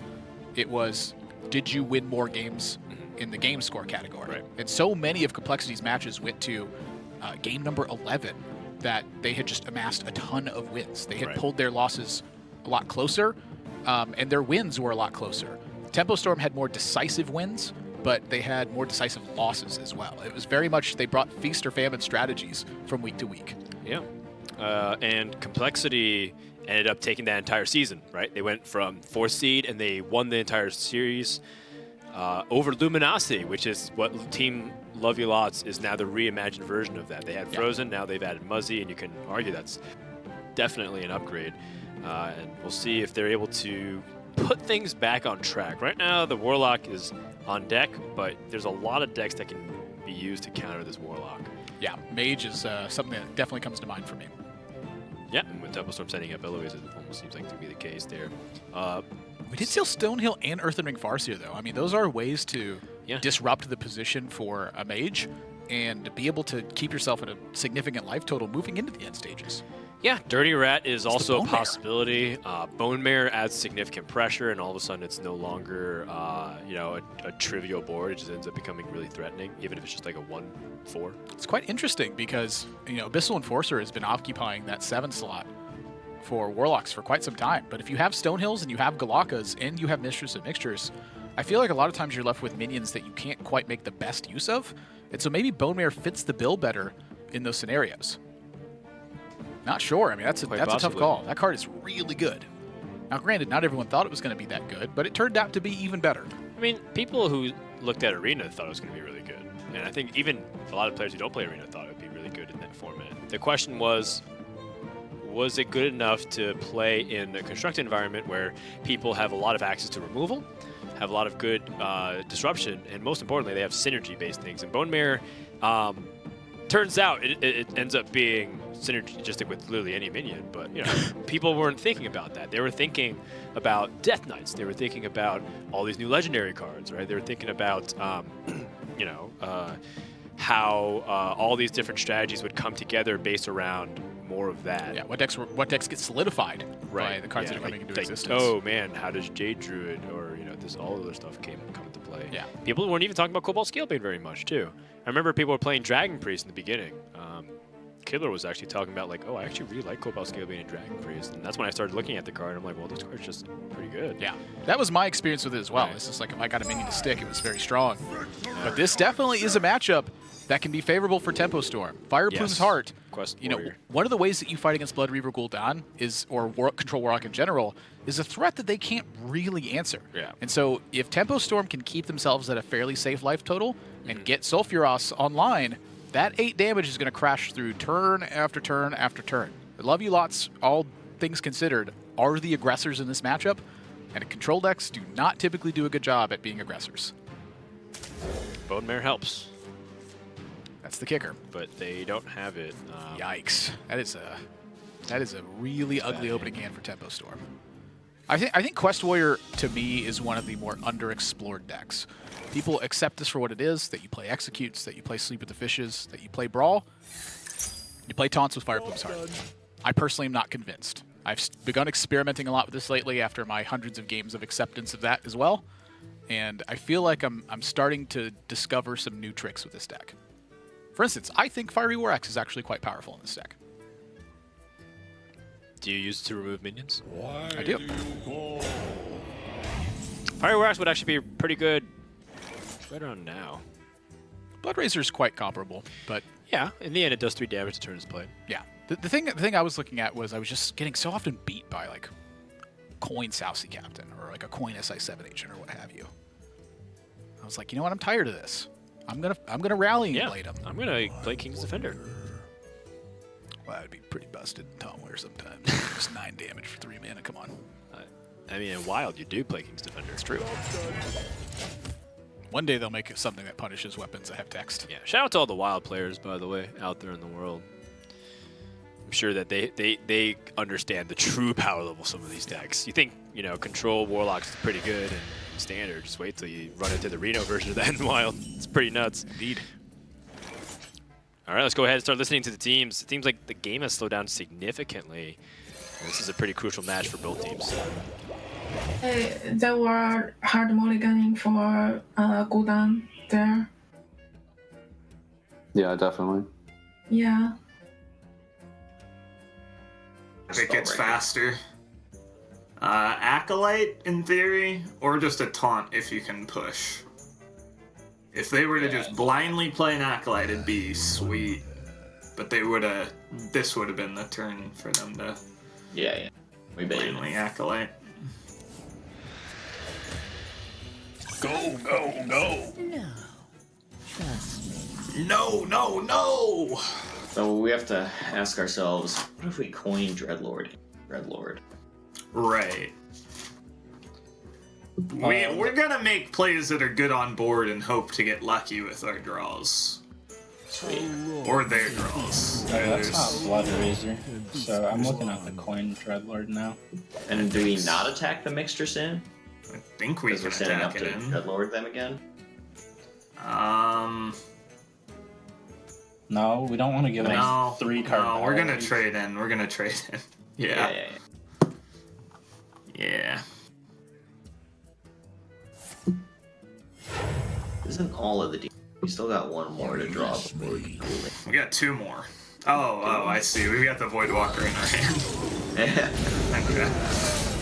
Fair enough. You win this one.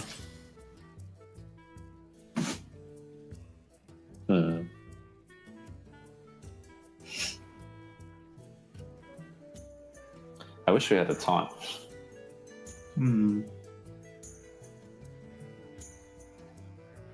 What now? Because I think you're just double trading into the Voidwalker and passing, right? Or do you want to develop mana this turn so we can do something next We turn? can go Blood Razor. We can weapon into the 1/3 and trade to the Serenade again to the. That's what I initially thought, but then I was like, we don't even have anything to do next turn, so I'm kind of inclined to Blood just. Razor makes sense because we get it out of the hand at least, mana wise. Yeah, that seems okay. Okay. So wait, I Yeah. do. Blood Razor to This- Voidwalker and then trade in the Serenite, sure. This right. Yeah. I really need to double make sure because my Discord is a bit lagging. Sure thing. Well, that guy helps push. Yeah. 5 mana. So there's 2 options here. We can Spellbreaker Voidwalker, which is pretty bad, Yeah. Yeah. That's or we can Dreadman, Wow. which is okay, but not great, but okay. And we can Goes back trade. to my analysis. We have 5. Yeah. You want to trade? Well, Why Oh. wouldn't we? yeah, because They have a weapon up. well, the and reason they have that Battle trade Rage. is they Well, encourage it's gonna go to 1 life. Chalky is the thing. Oh, okay. But it always trades. It always trades into our 4-2 is the other thing too. Yeah, then they get to Well, whack our it 4 only 5. trades into our 4/2 if they're swinging with the weapon or whirlwind. If they don't want to swing with the weapon, then we shouldn't make the attack. So what do you guys want to do? I think Would it's they have fine Battle Rage to- last turn? They would have, right? You think it's fine to what? I think it's fine to Dreadlord and say go. I don't like the attack. Okay. Battle Rage is difficult for them because he's at 1. If they break the weapon, it's gonna die. That's what I was saying. Yeah. Okay. Yeah. And they had Rage left. Oh, so Whirlwind is a clear.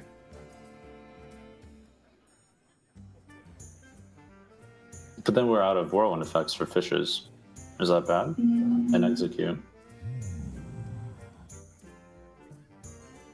What if we just 1/1 trade into the 4/2 Whirlwind and play Dark Reaper and not hit with weapon? Do you want to execute in that case? That is a Like we ignore the 4/5. probably want to save it, I guess.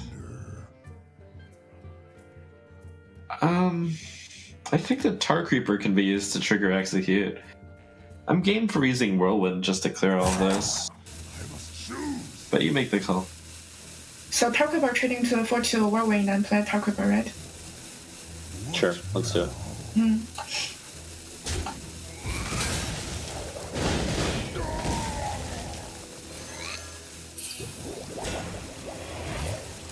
Eloise is spotting some strong plays. I like this conservation method here.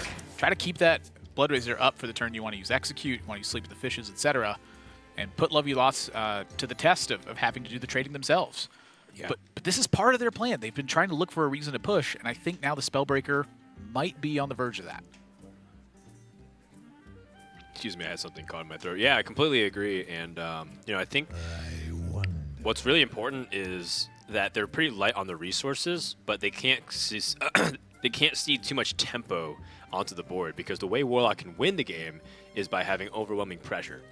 And Lovely Lots is looking for that opportunity. They have a Lich King ready to go. That's another card that we didn't really talk about too much in the Warlock. We have seen Lich King just kind of be a big answer, very similar to Ragnaros, where if you don't deal with the Lich King, you lose. But at the same time, it's not supposed to be like their direct win condition all the time. Right. It's a heat check, right? It's like, okay, well, how good is their hand right now? Wow. This was something I wasn't expecting. Just a straight up Siphon Soul. I was anticipating maybe Life Tap and Spellbreaker. So they're trying to like force an Execute or something here, and big draw for Tempo Storm with that Acolyte of Pain.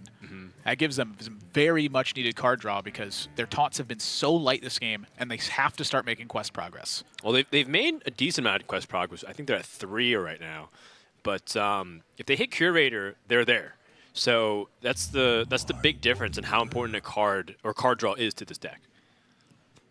Wow, I'm curious how this ends up panning out, because the other thing too is there's consideration for holding sometimes and looking for bigger Primordial Drake turns, Right. and there's some merit, I think, to using Execute in this spot. There's some merit to using Sleep with the Fishes as well. I mean, how wide is Loveylots going to get on board? And can Temple Storm beat Blood Reaver Gul'dan anyway? And how big was it to see Bone Mare the previous game? Because now they know Bone Mare is a real threat for turn 7. So if I'm Temple Storm, I'm contemplating using Execute on this thing, or Sleep with the Fishes, because Sleep with the Fishes gets a lot weaker. Pick up a second draw with it right now. Right, you can pick up a second draw so your opponent can't silence it. It's tempting. Oh, Whirlwind. Now, leaving... Oh, man, how tempting. Oh, man, it's like so much regret. It's hindsight, right? Being one card deeper in your deck meant that you could have attacked the Dreadlord with that and used Whirlwind. Well, this sets up for the Primordial Drake on the following turn now, and it also threatens to draw the extra card from Acolyte, but this does concede some to Bone Mare. Yeah, that's an easy. Oh my gosh, the speed of that. There's no question. Loveylots doesn't have to think much about it. Big time punish here on Temple Storm. Curator gets drawn, though. This is an important moment in this match. They have the tools to finish the quest. Do they have the time? So we start there. We have to execute that now. Okay, yeah. Out of my Gastropod. We want a cheaper one that we can play this turn. Because we're executing, for sure. Right? Yeah. And then we're playing Curator Hero Power into Drake. Yeah. Yep. job's done. So we can... We could just, like... We could trade Lich King if we wanted to high roll the no execute. They are 5 out of 7, so they probably can't shoot. They almost certainly can't shoot next turn. What's your thought? I was thinking another play. We could double coil Spellbreaker and hit them, because they're like... Oh, I kind of like that. I like that a lot. And we could tap or Voidwalker with that. So let's... Yeah, I like that the most. It doesn't have to be double coil. We could Defile coil if that makes more sense. I don't want to damage our guy. It puts it in range of like fishes. Fishes more if they trade the Stonehill. Okay. We got Chain Yang. So do we want to tap or Voidwalker? I want to tap. Almost out of time. Because like now they're like, oh crap. Do we? They might play 4-8 and trade, and we can siphon that and push, and we can heal our guy. And if they trade, do the clear turn, then we just go Lich King, Voidwalker. Yeah. Tapping's just next turn. Yep.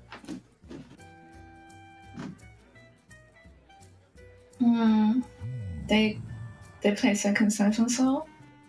I mean, they would do it on the Drake anyway. What's the difference? You want to go We Serenite kill Armor? the That's bad. first way if we play Drake there. We want some way to trigger the fishes. I think Curator is definitely right. Yeah. We can't just take the most defensive option every turn and then forget to play around Bone Mare. Armor, yeah. That's just face. Yep.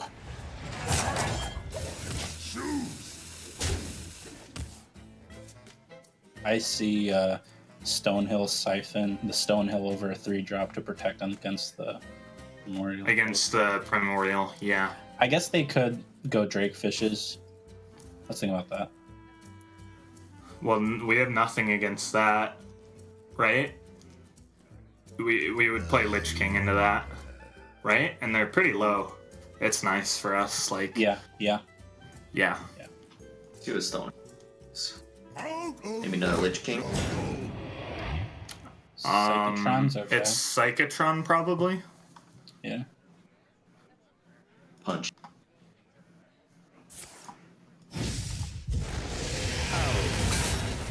Go! Every time you hit them in the face. So we're thinking that far left could still easily be fishes. Alright, that's not the Drake they got off Curator, so they have another Drake. Yeah. Which sucks for us, because Drakes are big.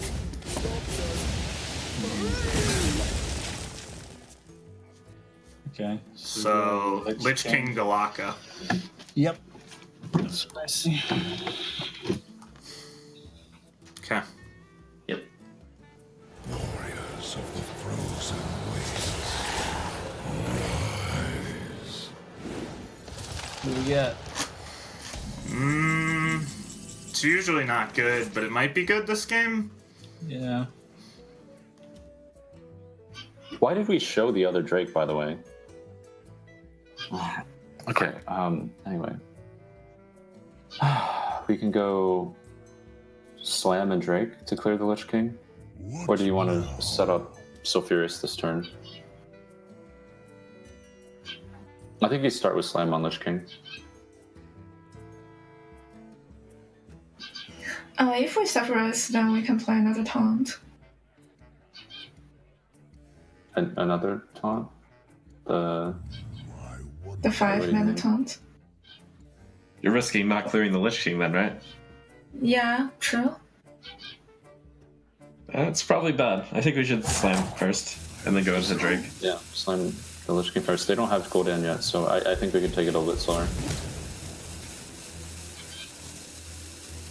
Yeah, okay.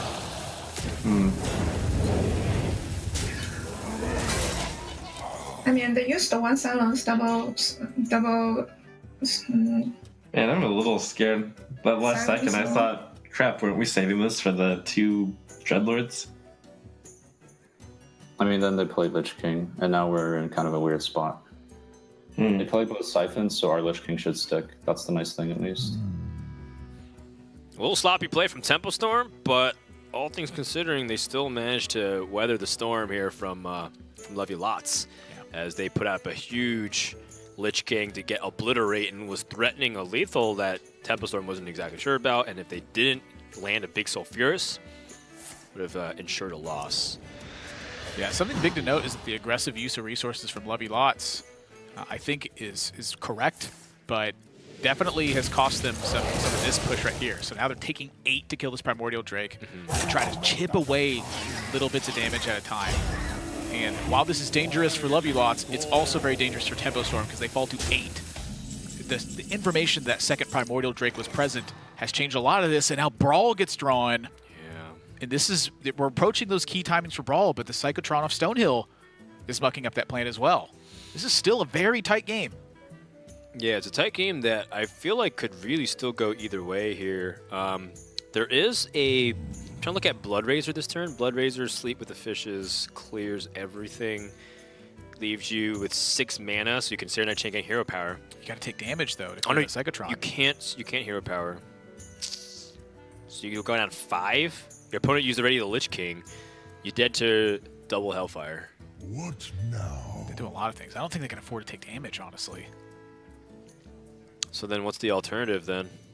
Because Sulfuris is very weak, given that... To me, I'm loading up taunts this spot. Your opponent has board presence, so Hellfire and Abyssal Enforcer are much harder for them to actually use. So maybe just Lich King, or another alternative was maybe Blood Razor, Serenade Chain Gang, Hero Power. I like the Lich King because you've seen 2 Siphons. So if your opponent's going to Twisting Nether this, it's their whole board. They don't have to, though. Death Grip is definitely one of the worst options there for Tempo Storm. Not really good. Hellfire? Wait.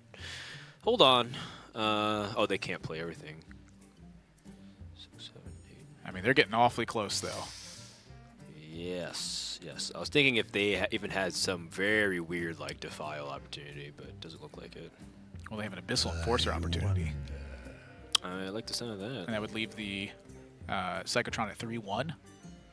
Because you trade in the damage first. Right, and you also pressure with 9 power on board. Oh, they could also Earthen Ring Farseer the Psychotron back up.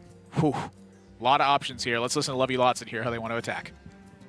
The Abyssal puts us to 15, which is 2 shot. They have the weapon. It's a 3-1. It would die to Blood Razor is all. It's only Blood Razor. What do you guys think about that? Farseer in our face. I think that's our best play. So we leave a 3-1? Yeah.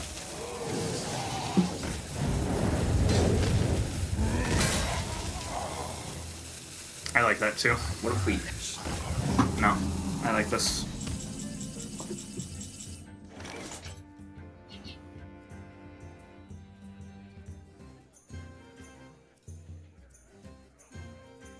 It looks like a brawl turn to me. Yeah. Let's do it.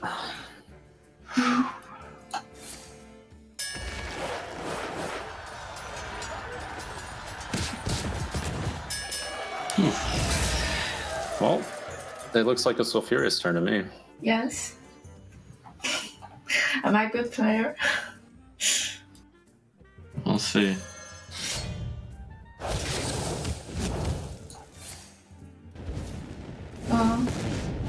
Yay! Yeah, of course.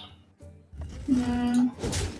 I was doing some last minute thinking there. Was Darkhorn Hatchling ridiculous?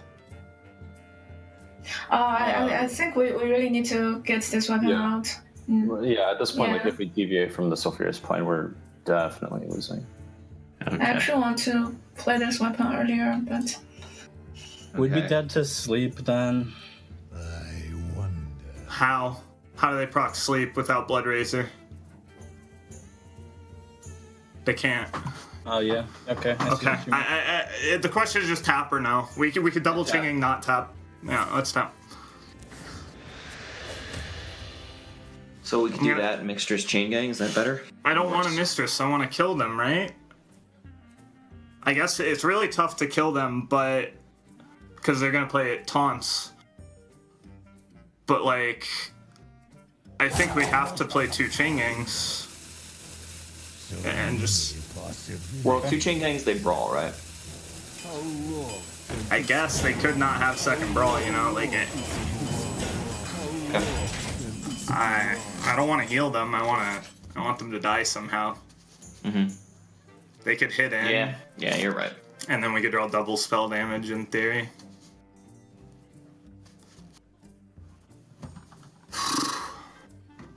don't need to, right?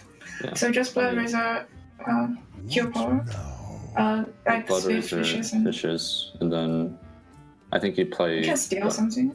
Yeah, we should Death Grip No, first. no, what? No, no. Oh, right, no. right. You're right. What You're are right. you talking about? No, You're right. you don't do You're that. right. Please. You're right. Okay. We do Blood Razor, Fishes, we play Armor Smith, then we Hero Power, put him to 2. Perfect. Straight in the line. Yep. Okay. Yeah. Jesus, you want to make it easier for me? Okay, you don't need to tell me.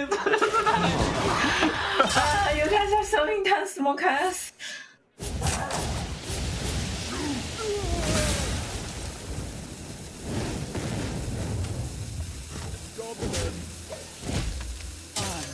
Made to fit.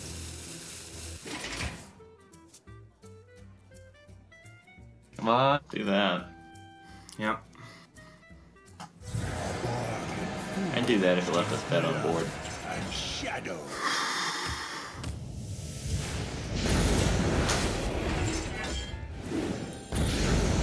They have brawl still. They have brawl. Yep. They brawl and 1 X. And a lich. They have a Lich King card too. The Lich King card isn't Doom Path because it was lethal last turn. Yep. Like Death and Decay could be good for them. That was we're assuming it's a bad one. We're assuming it's a bad one. It's got to be a bad one. Yeah. Yeah. Speak to me.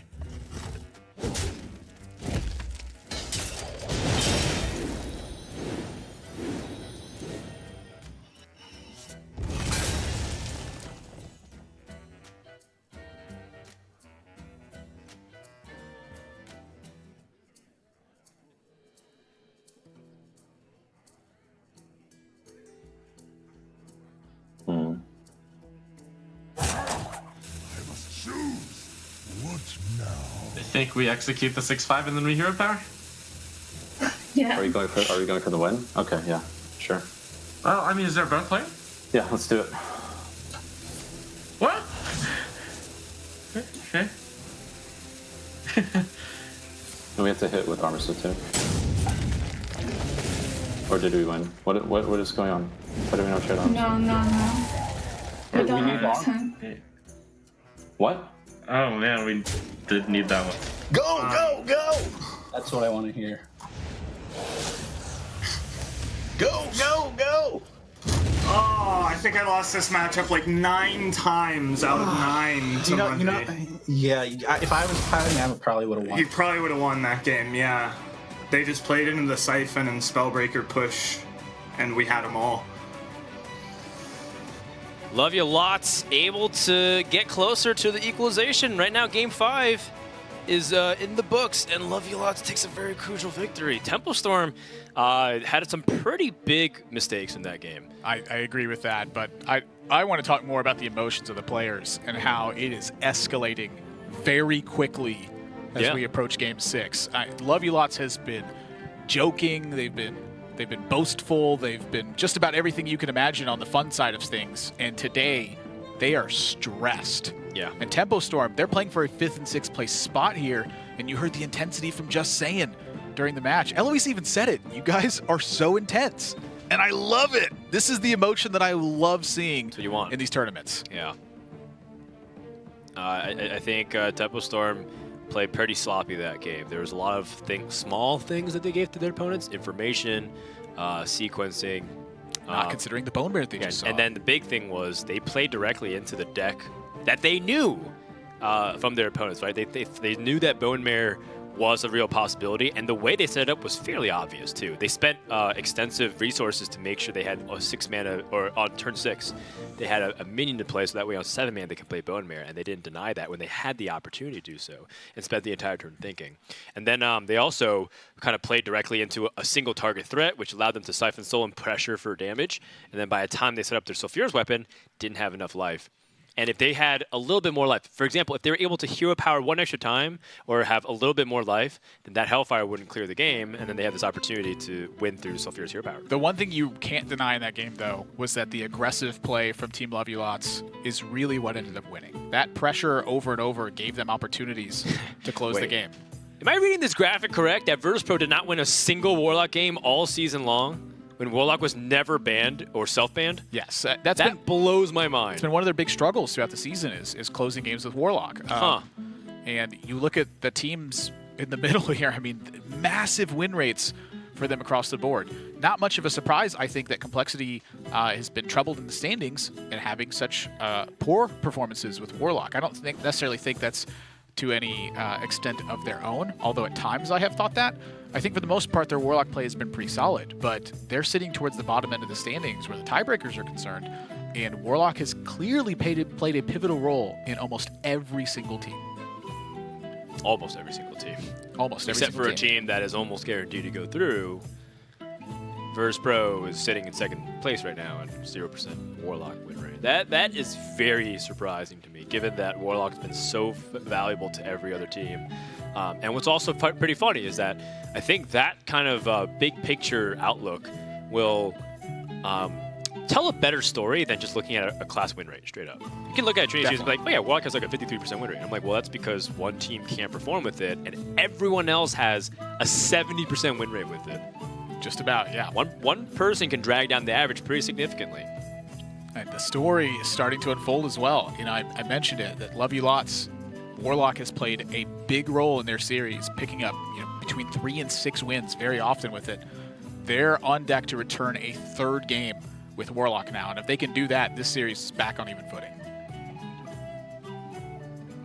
What's it going to be from Tempo Storm? Is it going to be the Mage? Will it be something else? Will Taunt it even Warrior be was a great Warlock? queue up into this. Whoa, wait a second. Let's go into the Mulligan screen. I need to show you guys something.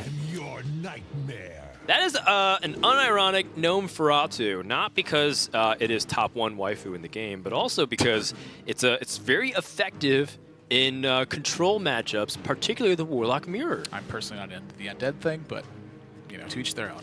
Yes, it is 2017. Be very open and accepting. I accept all forms of lifestyle, albeit I will not choose to partake in all forms of lifestyle. Yes, the big one you here, can just watch. The big thing here is that both teams have Blood Reaver Gul'dan.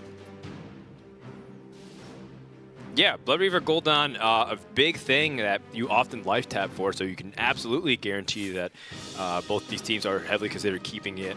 And then all the supporting build-around cards. For example, the matchup is slow enough that maybe you actually even want to keep the Lich King. Are you really actually pressuring enough in the mid stages of the game? They thought about it at least.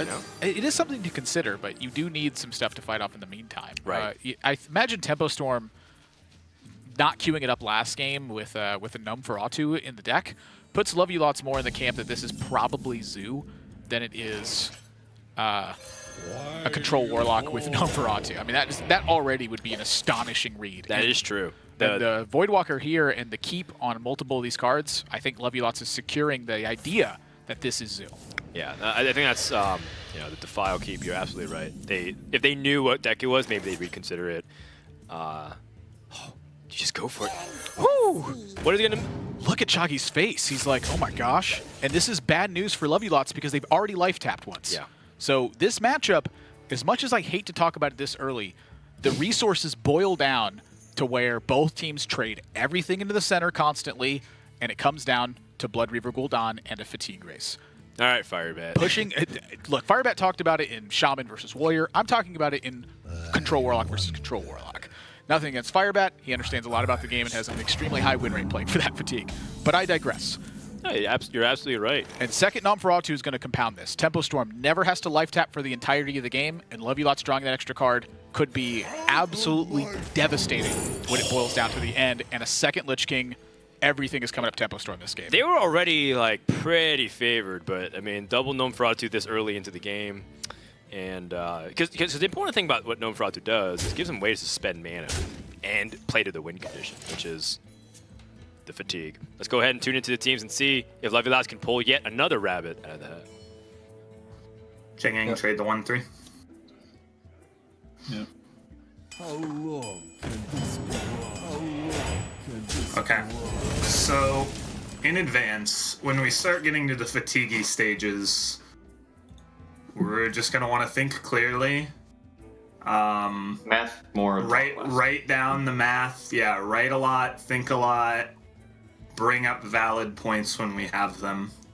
Keep in mind that all of the Gul'dan math cancels out, so you can just get Well, to it a cancels point out, turn. but it's one in advance, right? The player with initiative does technically have an You want to edge. start from the right point in the turn if you're. Yeah, if we can, I would literally want to write it every single source of damage and healing down on paper, which I think we'll have time to.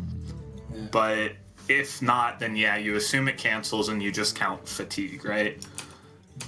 We also don't What you do wanna- is first you're asking the question of okay, so how many turns until they die? And then you start with the amount of life they have and you count the fatigue turns. And then you ask how many turns until I die, and then you start with whatever your life total is based on. And that way you don't have to do the +3 -3 as much. Oh, that's Yeah, that kind of sucks. Okay, they tap though. What? Yeah. Wait, did they keep that? Do they have the kept card? No, they still have a kept card. Why are they tapping? I don't know. So the question here is if we want to leave a 3/1 on board, we probably don't because of Abyssal, or not Abyssal, Dreadman. Yeah, we just want the 2/2. We don't want. Yeah, we just want a 2/2. Yep, and we Dreadman. Unleash me. Oh yeah, another thing I forgot to mention. Push face or trade? When we're doing the fatigue stuff. Let's Why does it trade? Go on, Muzzy. What? Let's not call our teammates. Unleash me. Oh yeah, for sure. I don't think you guys are slow for what it's worth. Second Dreadman trade face. No mistress. That's my instinct. Why do we not mistress? Doesn't do anything right now. Yeah, if they defile that, yeah, we're gonna need our resources to do as much as possible, right? I see. We can play it. Maybe they tapped because they think they're so far ahead in fatigue, they just wanted to make sure they had enough answers. For our threats. Potentially. Unleash me. I mean, they got to see we discarded a 6/6, so they know we're not gonna have the nuttiest stuff ever.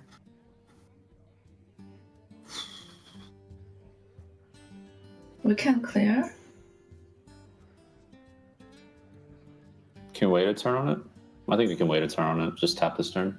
Yep, we can wait. Tap. Should we tap though? I don't want to tap. We're ahead on cards still. And we still have Elise. I think we should tap once here. We're gonna stop drawing cards probably before them with cooldown. Not necessarily. That's still good. I don't understand why we tap. But if you guys, both of you want to tap, then fine. I like the clear. I like the clear because we play around Bone Mare, and then we can coin Lich King if you want. Or we can wait a turn anyway. We can tap next turn. Let's play around Bone Mare, yeah? Because if we don't clear, then we have to play around Bone Mare by coining Nethers anyway, and then we're using coin. Sure. Yeah. The quality of our deck is better than their deck. If we play like all 30 cards, definitely we will win. But they might win fatigue if we tap too much. Okay. Bissell. Do we want a rat? Well, bad scenario, it pulls Lich King and we silence it, which isn't that bad, come to think of it. So many possibilities. We could save it for later to try and hit a Doomsayer, if we think they're running that. I kind of like doing that. Would they be playing Doomsayer? I don't remember last time I saw Doomsayer in like Warlock deck. Well, Gnome Feratu is one I haven't seen in a while either, much. So many possibilities. I kind of like the rat. I like the idea of stopping the Lich King, right? Yeah, the Lich King card especially. I think It comes out, yeah, this is right before the Lich King turn. So we like rat. They're not going to coin King, they're going to coin Gul'dan. So we could wait a turn on the rat. We know they have a taunt in their hand. I would rat. I'm gonna wait. I like waiting. I'm gonna wait. Like, we know they have a Stonehill taunt, which is probably just a big boy more often than it's Lich King. Ah, jeez. They like that one. They like that one a lot. But they don't. They're like, no, wait, don't Abyssal those. They're baiting us. We're not. We are not baiting. There's no way to bait an Abyssal. It's not an Abyssal, right? It's like a Hellfire that I'm excited about. Abyssal's too obvious. I don't know. Yeah, wow, Soleil, Pogchamp. So... Right, now is the rat turn, right? Stop the Lich King. Seems alright to me. Yeah, I like it.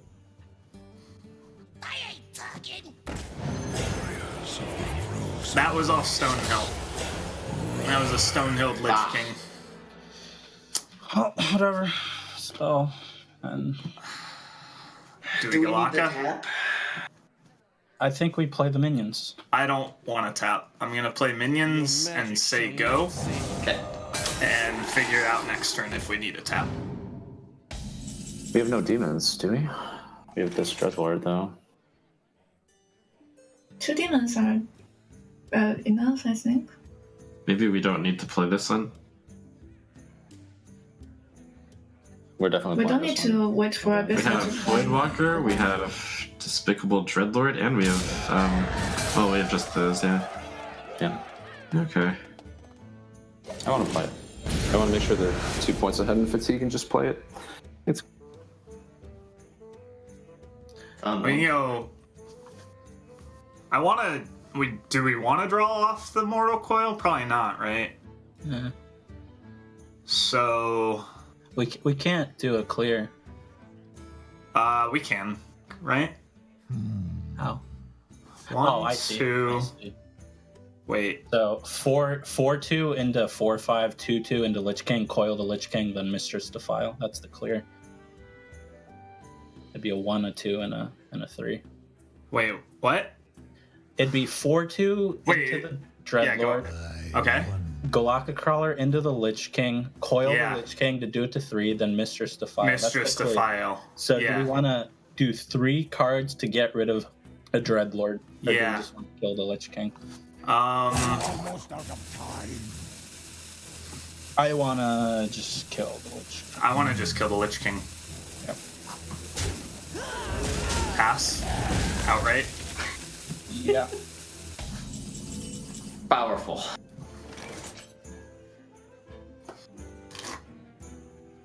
Coin it?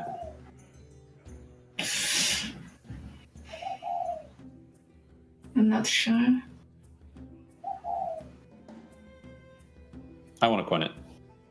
Okay. Okay. Seems like it's the worst one we could get, but it's still good. Forged in blood and shadow.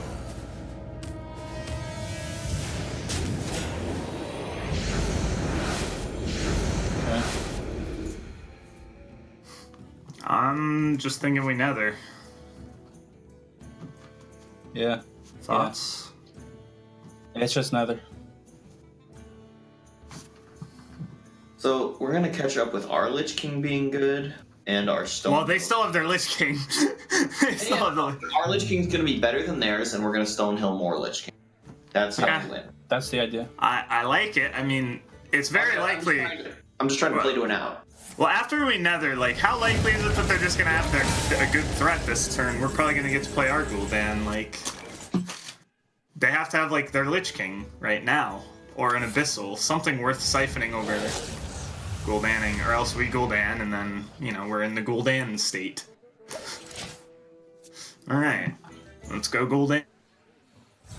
Well, this game has definitely taken a couple of weird turns, but I mean, we talk about control warlock mirrors, even dating back to handlock mirrors, which wasn't really control based, but still like emphasis on making sure the board state was maintained a Nice little and bit. tidy. Definitely some counterintuitive stuff going on here. Yeah. LuL's trying to just simply make the most use out of all their resources. They know they're likely to make up the life total loss that they took from the Dreadlord hitting them for a turn.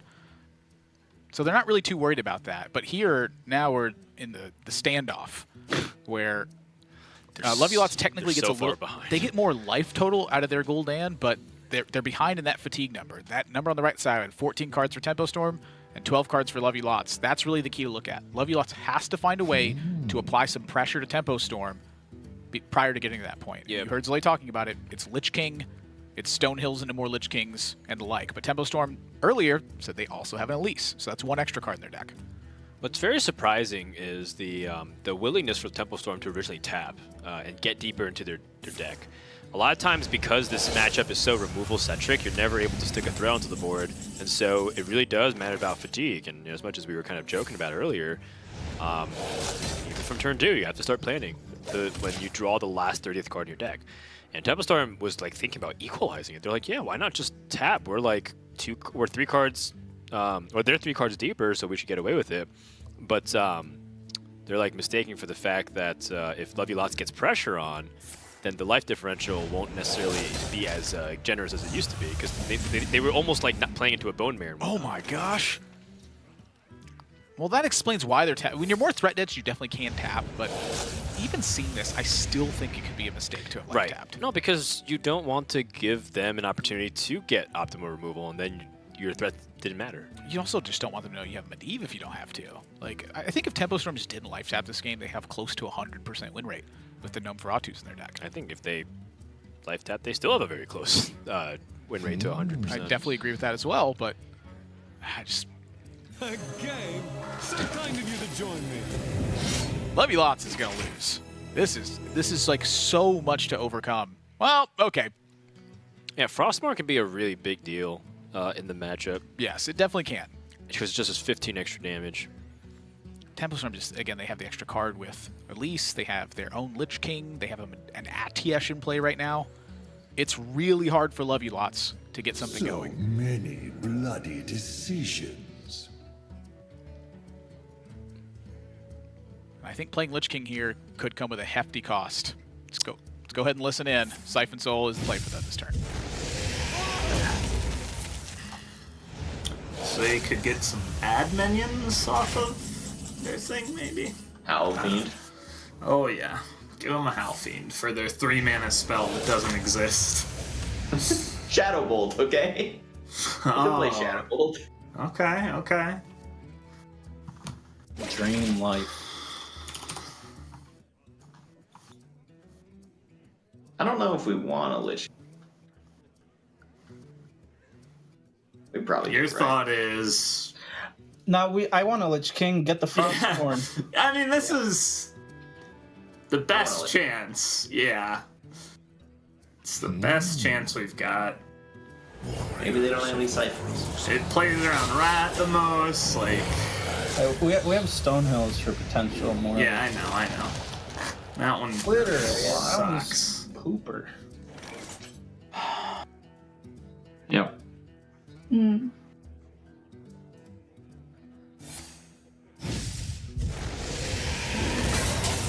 Just act natural.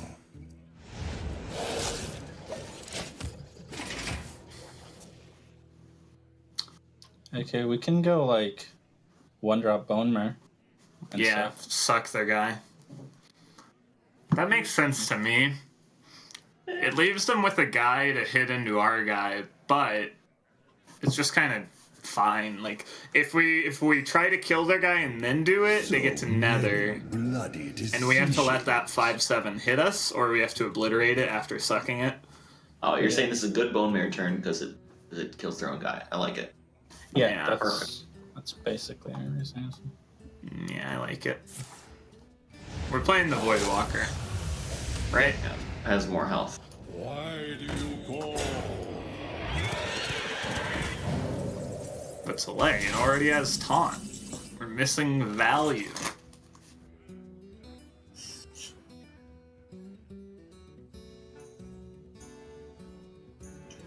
We can Hellfire instead of Nethers. Yeah, Do we heal power or do we want to heal power phase? Crows. Do we heal power the 5/5 or do we want to heal power phase? 5/5, of course. 5/5. Yeah.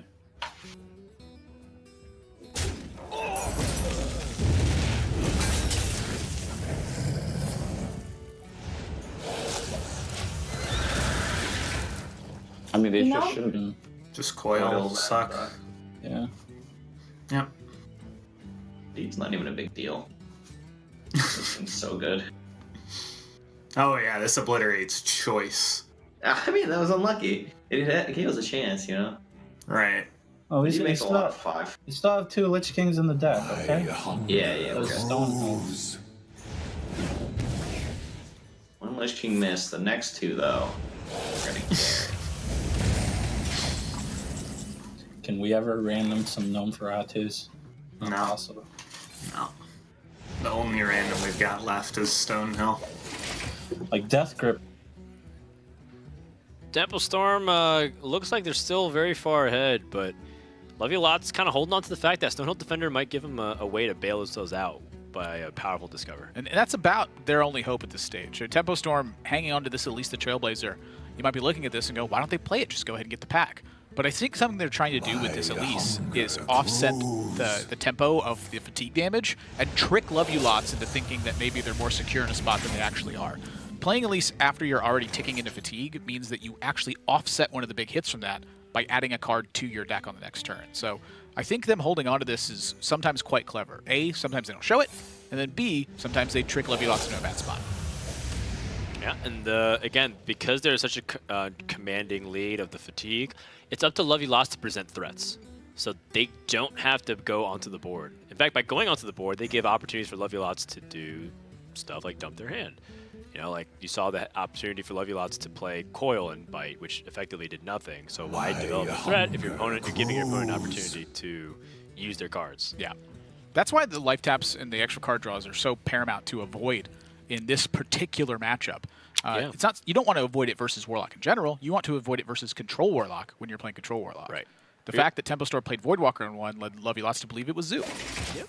Realistically, you might see if the hand gets too full and there's nothing happening on board, just defile.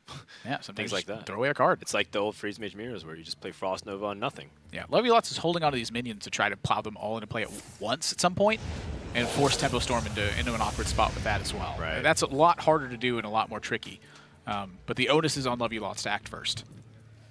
And they still have that RTS charge too, so if they like let a Twisting Nether rip and Siphon Soul comes down on that, then there's nothing really to check the Abyssal Enforcer very easily. They have to piece together a couple of cards in order to remove that. Yeah, Tempo Storm is free to just bide their time here. The Nosferatus are giving them a massive advantage in this matchup. It's funny because you know all the predictions, right? I don't know if you read any of the prediction threads by a bunch of people or posts saying that, like, oh, Nosferatu is going to be so good. What if just, like, you know, destroy their Archmage Antonius Request Mage, or, you know, something equivalent of that nature, like their Raza, the Unchained, or the Raza the Chained. People are saying, well, you're basically playing River Crocolisk, because if known Farad to put the card at the bottom of the deck, it'd be this doing the same thing. Except in Hearthstone, you only play 30 cards, and we tend to get there very often. So in this case, known Farad ends up being pretty valuable. It's pretty massive in this particular matchup. Let's listen to Lovey Lots in They have here. to do something. They have to dump. They're having any hope in this one. Straight. Does that make any sense? Well, we could use the mistresses as we start fatiguing and they're not. That way it heals us for a little more. But if we still have one, then it's the same kind of. Mm-hmm. The Zealot is annoying. Yeah. But it doesn't push right now, and it'll be annoying later, and it's good with the Defile. Yeah, I like Mistress. I like Mistress. I want to save the Pain Zealot for when the spell damage is doing something. Alright, so I'm writing down their cards. Mistress. Void Walker. Probably have one Abyssal at least. Well.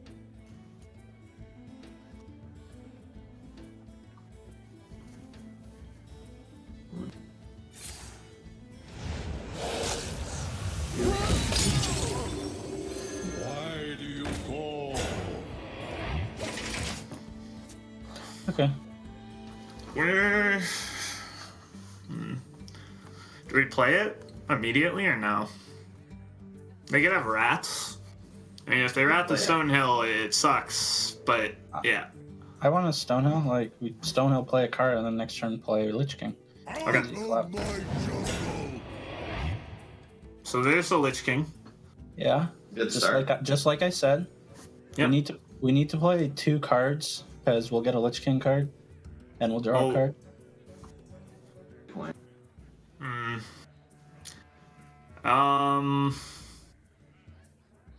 We could coil their Void Walker.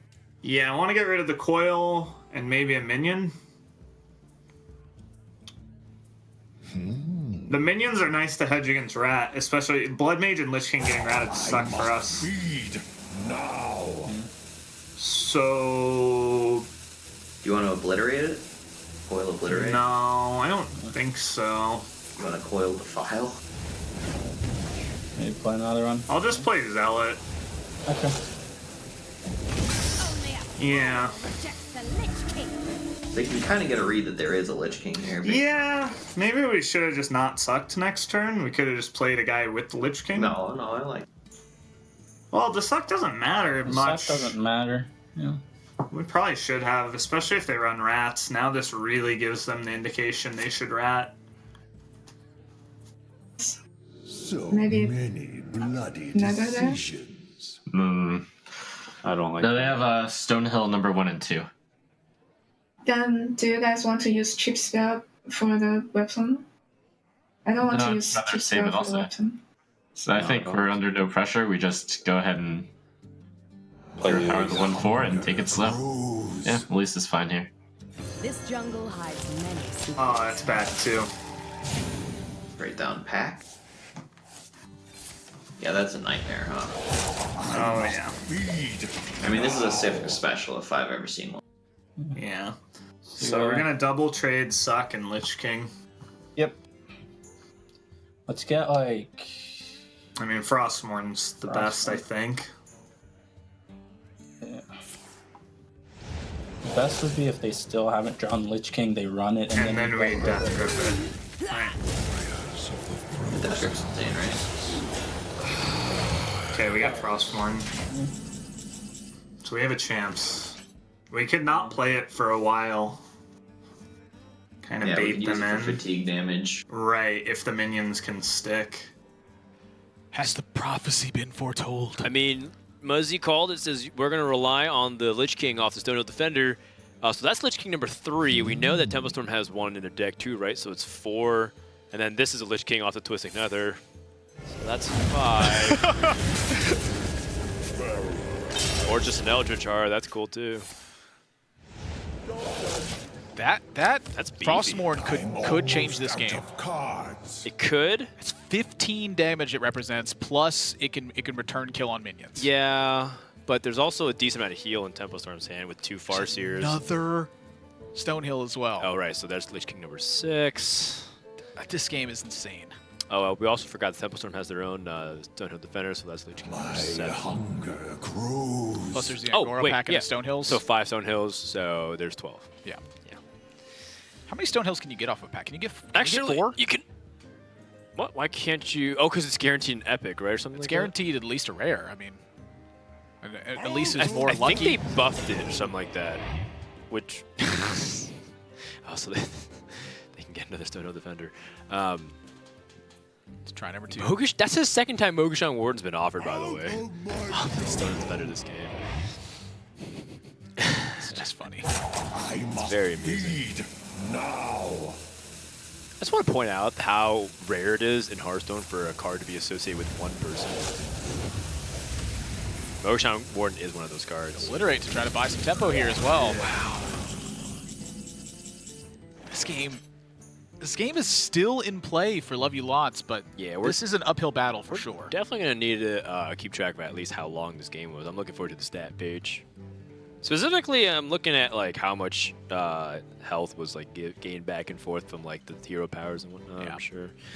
So Tempo Storm looking to expend at least one of the Mortal Coils here. They obviously want to be using their hero power, so this sets up the Abyssal Enforcer nicely. Yeah. And we thought that we could get away with not playing Medivh this game. We definitely became huge to force so much removal from Love You Lots. Now Love You Lots, though, they're in fatigue damage next turn.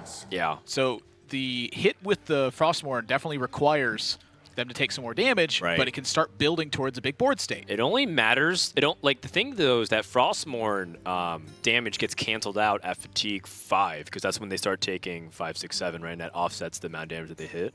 So it's whether or not they can pressure significantly enough before that point, and I don't think they can because how do they actually get to the distance with just Frostmourne? They need other threats besides it. They have nothing. Well, let's listen to Love You Lots and hear how they want to do it. Fatigue. It's not our fault. Do we want to like? My hunger grows. Go ahead. No, it seems like we're just gonna siphon this, right? I think. Or do you want so. a Hellfire? I don't want a Hellfire. Hellfire should be better on their 3-drops or It's in probably their biggest minion. I agree. They have a Stonehill and a pack, but I don't know. Like we just need them to low roll a lot. Emphasis on the a lot. Like they need to low roll a lot. We don't want to waste any. Mistress, because Mistress is like overheal for them. Even though it's overheal for us, but they are on fatigue right now. I think Mistress we can will always be manipulate. real heal for them. I think we can manipulate fatigue better later on, right? Okay. I'm definitely playing Stonehill. Senjin is better than Chain Gang, right? Yeah, since they have a Hellfire. Yeah. I mean, it's actually about even. No, it's And better. then we can wait a turn, I think. Yeah. We don't need to pressure yet. They're going to lose in fatigue anyway. So, I kind of want to get this Mistress down while it only heals us. Yep. Yeah. The question is if we're going to Defile here. I doubt it. I think we're going to Mistress, suck their guy, and say go. So Say that again? bloody decision. We're going to Mistress, suck their guy, and just pass. Yeah. Yeah, it makes sense to me. I mean, the Defile saves us 1 life. We've got 2 of them. We go to 25, down to 24, up to 28, and then we fatigue for 2. We go to 26, right? And then we go to 29. So the 1 life does matter in theory. I think we might want to just Defile it. I must feed now. I don't want to. I think they have too many cards. I think we need to stretch our resources longer. Well, we have 2 Defiles. Yeah. But they have a pack and like a lot more cards than us right now.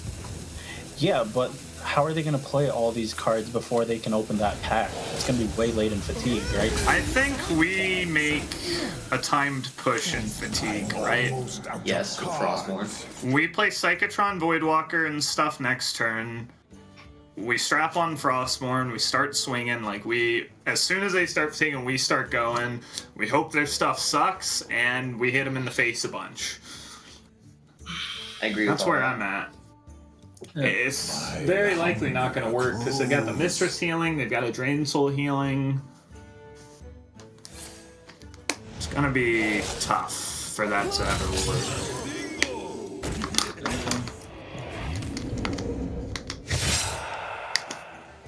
So we can just suck that. We could Frostmourne it if we wanted the 3/5 body. But I don't think that matters because it takes too long to start getting the Frostmourne out. Yeah. I think we should suck. Like, this Frostmourne is going face. So suck his guy, Psychotron, say go? Yeah. They have another Siphon, but whatever. Yeah, well, it doesn't heal them right now is the nice part. Yeah. Thoughts, Soleil? Questions, concerns? Sure. I'm thinking about stuff. I'm fine with the line you said, where we suck in Psychotron, right? Mm-hmm. They saw the coil, too, on our guy. Whatever. Alright. I'm out of cards. Guess it's Coil, Soul, Suck.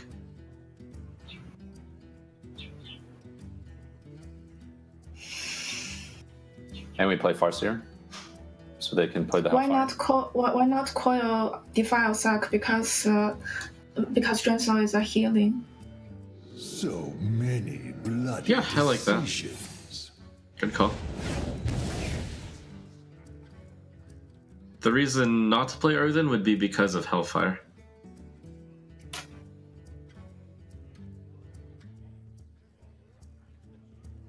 And 1 health is basically the same as 3 here.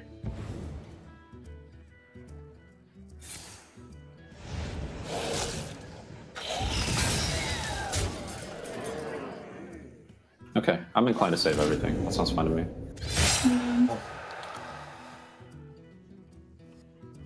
Alright. So we can max our healing now with the Farseer. So what do you want to do this turn? Suck their guy. Play 2 men. Alternatively, we can defile and suck their face. That way, if they suck 3/3, they are... No, they're not hitting us in theory. But they're not doing that either way, and they full heal. So we always suck the guy. We don't need to defile. Yeah.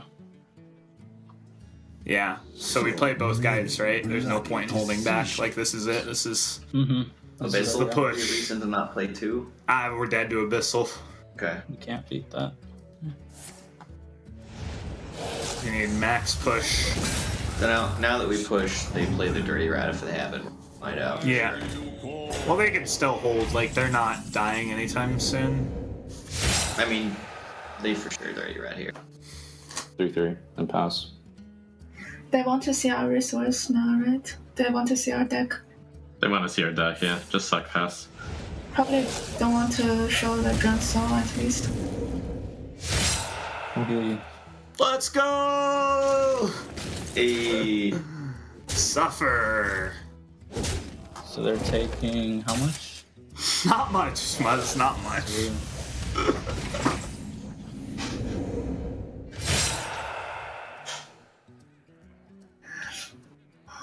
They don't have much minion left, right? I want to dump maybe Dransol or Siphon Soul very soon.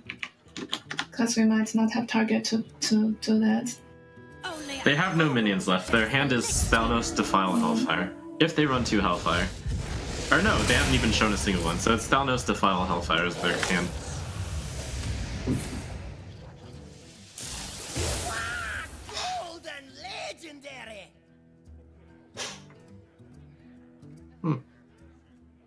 Primal Fin? Huh? This is playing to defile, right? Also, we want to make sure that the Frostmourne doesn't take our stuff. We have to think about that. So Frostmourne hit us in the face once. What do they have? They have Defile, Hellfire, something else? They have Defile, Hellfire, and Thalnos. Okay. I think we play it. Okay. Do we? Wait, that just plays into You mean you Defile. want to play into That plays Defile? into Defile. Okay, yeah, actually. Yeah, that's what I was saying. A lot of damage.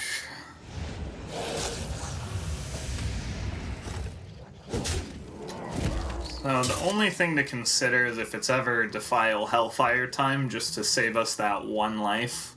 Well, they were debating playing a card last turn, so... Yeah.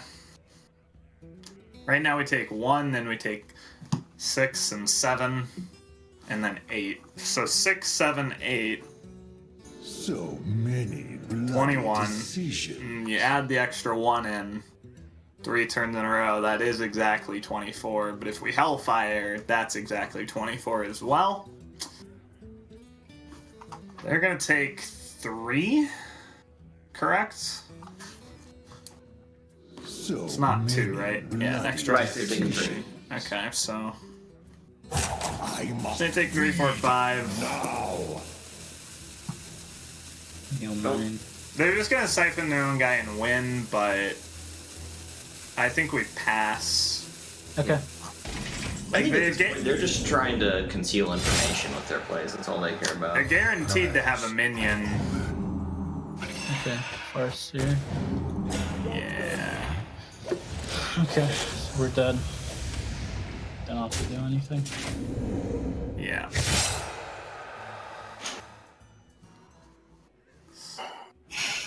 Well, I mean, the point of this is to go into fatigue plus 10, so. The plan is to tap. Thanks for your insistence not to tap. So You're many welcome, Sean. bloody decisions. By the way, if it comes down to it, we can play Vorak Siphon Soul. Not that it will, but that'll gain 6. What does that do? Oh! PogChamp! Okay. I didn't even notice that. I was just like 4 mana 3/3, ignore.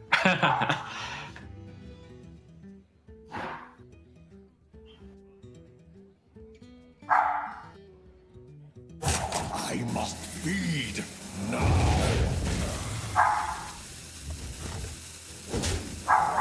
Look at that. Board control. PogChamp. Their hand is now Thalnos Defile. Yep. Wait, do we have lethal? They are taking 7 next turn. We have lethal.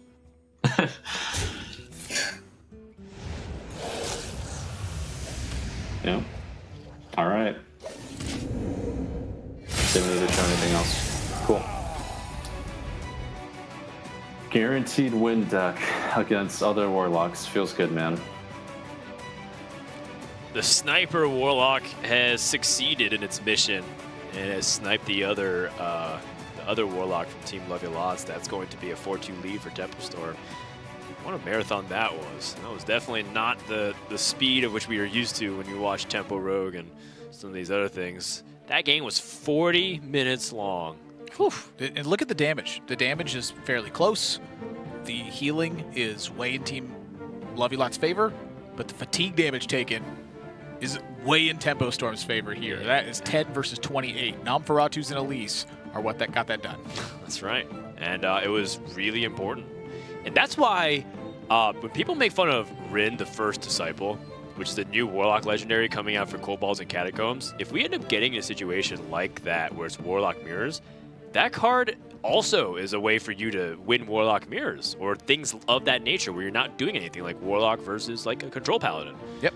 Where you're just playing mana because a lot of times you don't have anything to do. Correct. That card is specifically good in matchups where it's a resource battle. And then you destroy them and immediately go to fatigue. Like you destroy their deck, and then the fatigue starts now, and then you're like 5 cards ahead, which is just insane. silence it. Wait, is it a death rattle? I thought it was a battle card. It's a death rattle. That's everyone's retort to that idea. So, you just silence it. I'm like, oh yeah, very, very easy to do. What if they instead just decide to, or what if they decide to hold it as a 3/6 and play it and Blast Crystal it on turn 10? Ensure that you can't silence it. Okay, Just Dirty Rat it. There's an answer to everything, of course. Okay, so tell me what the card mana cost stat line is. 6 mana 3/6 taunt. Okay. For some reason, I thought it was like a Rattle. 10 mana 10/10 like Yashiraj. Add the first seal to your hand. Okay. And the first seal makes 2/2, which makes next puts another seal in your hand, which is a 3/3, and then a 4/4, and then a 5/5, and then finally you get. His name has slipped me, but he's a 10 mana 10/10 that says destroy your opponent's Oh, turn. okay, that's 10 mana 10/10. It's a battle cry. Yeah, and you get it after you play the 5th seal. So you're talking about silencing the first by Ridden herself, right? Yeah. Okay. All right. So now that we're clear, I mean, obviously I haven't studied extensively. Well, the card's a not lot even of out cards, yet. Yeah. But it'd be interesting to see, and that's an example of it. Here's kind of what's happening in the standings. Love You Lots, with a couple of wins, have at least have an even game win-loss differential, which will be important because it seems like we're going to have some ties here. And at the end of it all, we'll take the top 4, fly them out to the live finals here in Burbank, California, which honestly is not that bad of as it sounds, primarily because it is wintertime for many of these countries, and sunny California is actually a sight for sore eyes. It's going to be nice and cool in California, where it's air conditioned outside, seemingly.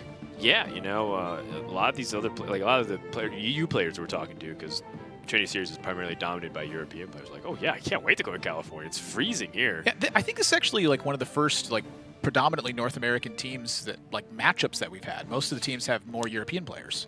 Yeah, if you discount the fact that Eloise is from China, you have American players facing off. And these are 2 American teams. There are a couple of American players on other squads. Team Liquid, for example, has Dog.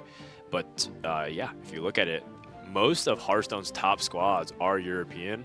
And I think it shows in results too. Like you look at the top ranked players and the most prize pool earnings, and the best results, it's primarily Europe. Artosis was the first world champion. At this point, we don't even really say it seriously at all whatsoever, but we just say it to trigger specifically European players. Look, here's for some reason they get really upset about it. Here's what I'm going to say. Who did Artosis beat in the finals? Kripparrian. Now, who did Firebat beat in the finals in 2014? Nobody knows. Oh. See? It's impossible to remember. Who did Osaka beat in 2015? Great question. I don't know. Form. No, nobody knows. Who did Pavel beat in 2016? Again, nobody knows. It's Dr. impossible to Hippie. remember. You always remember that Muzzy beat in the Artosis... 2017 Grand Finals become world champion. The 2017 world champion. Is that a prediction, Dan? Over a month ahead of time. It's Maybe. time for game number 7, and Love You Lots needs a win in a big way. They are down 4-2 in the set, and they need to take this match to put themselves in that top 4 contention solidly.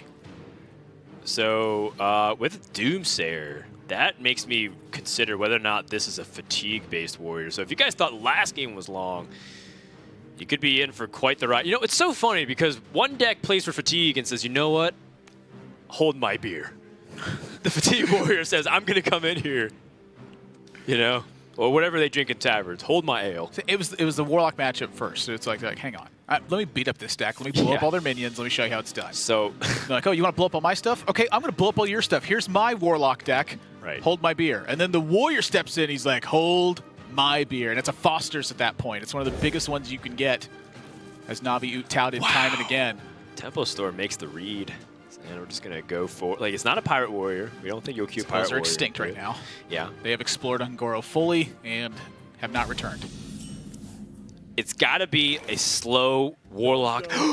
Harrison Jones against the Medivh the Guardian. It's a great way for Warrior to deal with Atiesh, which is usually too big of a tempo swing down the road to handle. But Tempo Storm has the kicker here. Nosferatu can pick off key cards. Like Dead Man's Hand. Or N'Zoth. Or what have you. I mean, I'd say it's an N'Zoth build for Love You Lots, but it could be. I mean, the thing is, though, Tempo Storm saw 2 cards being kept. So are they thinking it's better to life tap to generate resources, or is it better to play Nosferatu early on? Because obviously we can value the tempo now, get the chip damage in, and it doesn't really matter if we play it now versus 2 turns from now. I like the chip damage personally, and I want to also call back to Love You Lots versus Complexity when they played against an N'Zoth Warrior from Complexity and ended up never life tapping a single time in the matchup to try to draw it to that endgame point. Here's another thing too. Tempo Storm also has at least a Trailblazer that might give him some long-range game, and there's also the real threat of Stonehill Defender when it picks up. If Stonehill Defender picks up the Dirty Rat, that can also complicate Love You Lots' situation. They've already lost Battle Rage, which actually does sting a little bit because of the card draw mechanism is really important for Fatigue Warrior to get into the mode of just being able to play cards and have a sizable hand. So is it a bluff here if Love You Lots just doesn't armor up? You're like, oh, we have the second battle range. I like where your head's at. Look at this! They're playing just tempo-oriented. Dirty Rat! That could be so big! That can be very vital in the matchup. I mean, Primordial Drake is also tempting in itself because it's a big minion, but Dirty Rat can completely disrupt things if it lands on Harrison Jones. These styles of matchups are all about manipulating something. And when you're able to manipulate key battle cry effects or key tempo turns from your opponent, that's what matters most in these long game battles. Let's go ahead and tune in and see what these teams are talking about. I'm not going to coin. I mean, we do care, but it's better that we draw 3 than we overdraw 1. It's only bad if we overdraw a critical card, of which there aren't many. Right? Mm-hmm. Let the pain speak to me. Cool. Probably just one.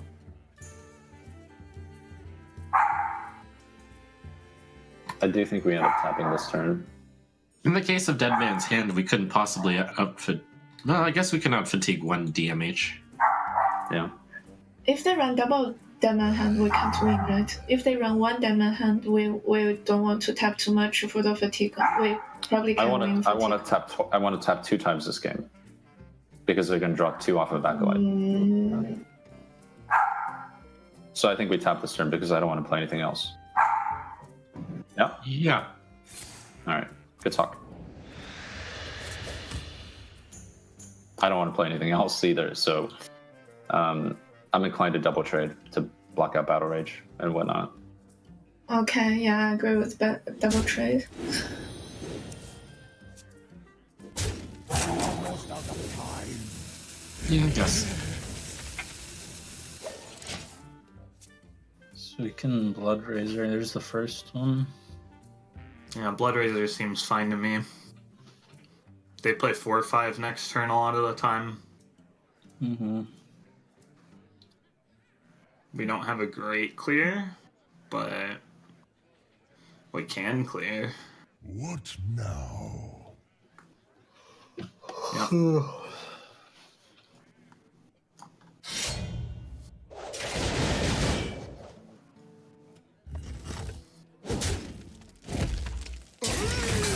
Dirty Rat out there, cold out Oracle. Okay, I'm going to tap this turn as well. Yep. That's it. No more tapping. I think we have all the cards we need now. Oh, except for Gul'dan, but still, basically all the cards we need. Unless we have a read that it's DMH, right? Then we can tap all we want. Yes.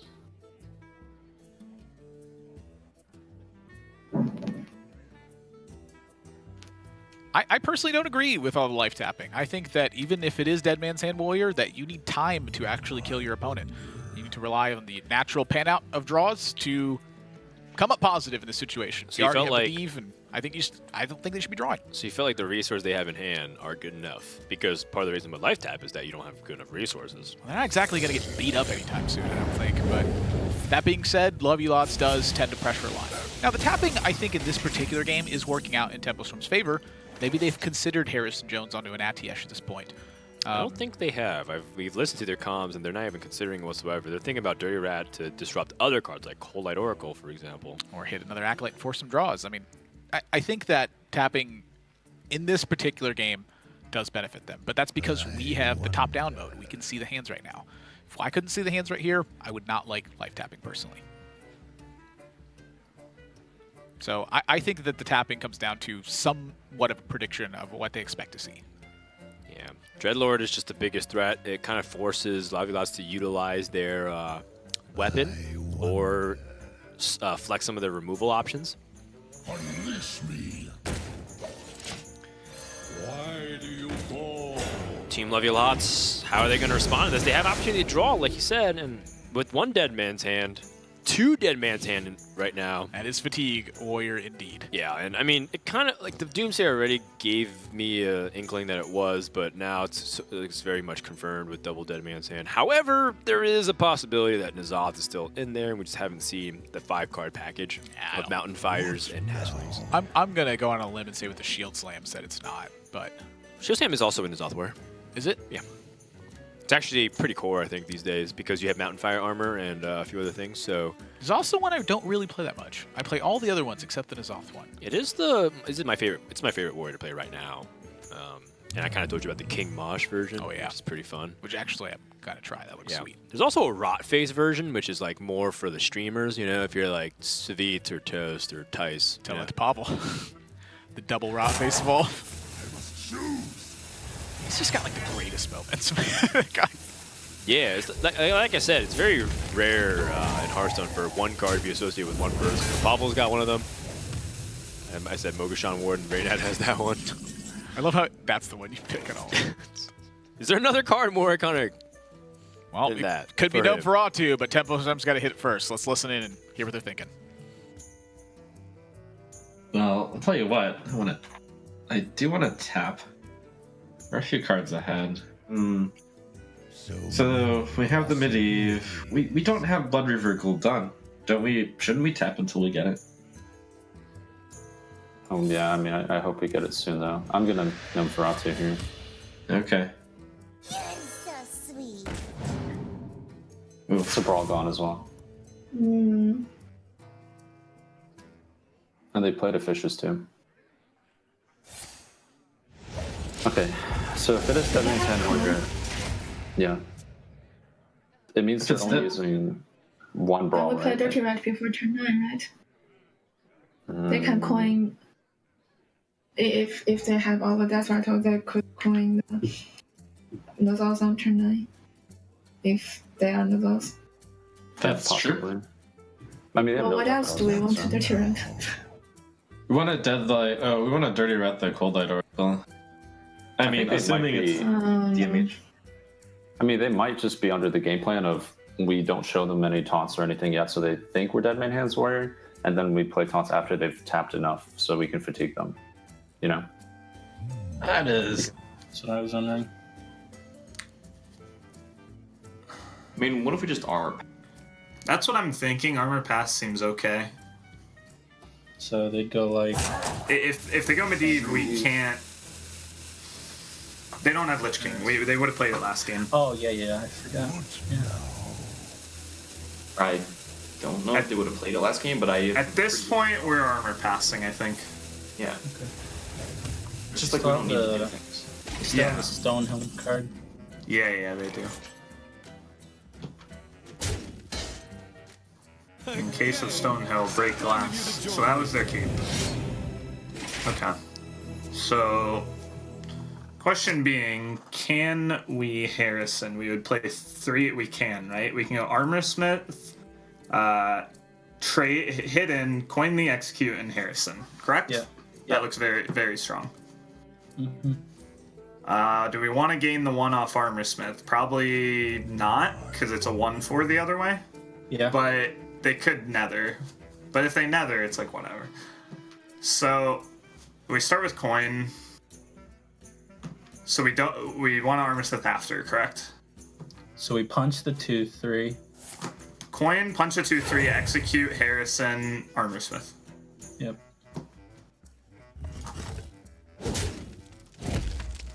And what else? Oh, they didn't want the coin. It is Dead Man's Hand.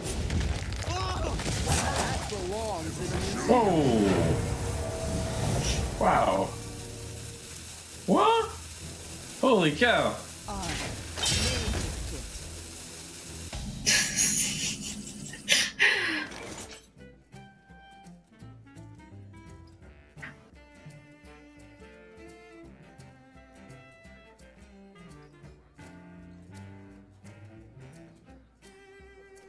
Yeah, I mean, I guess you could run that in DMH.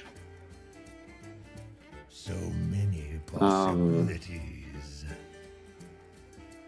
Hellfire. Draw a card.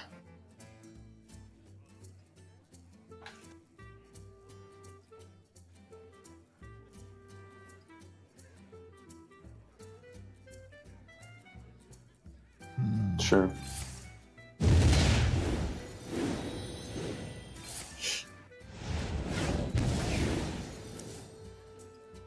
Abyssal and Dreadman.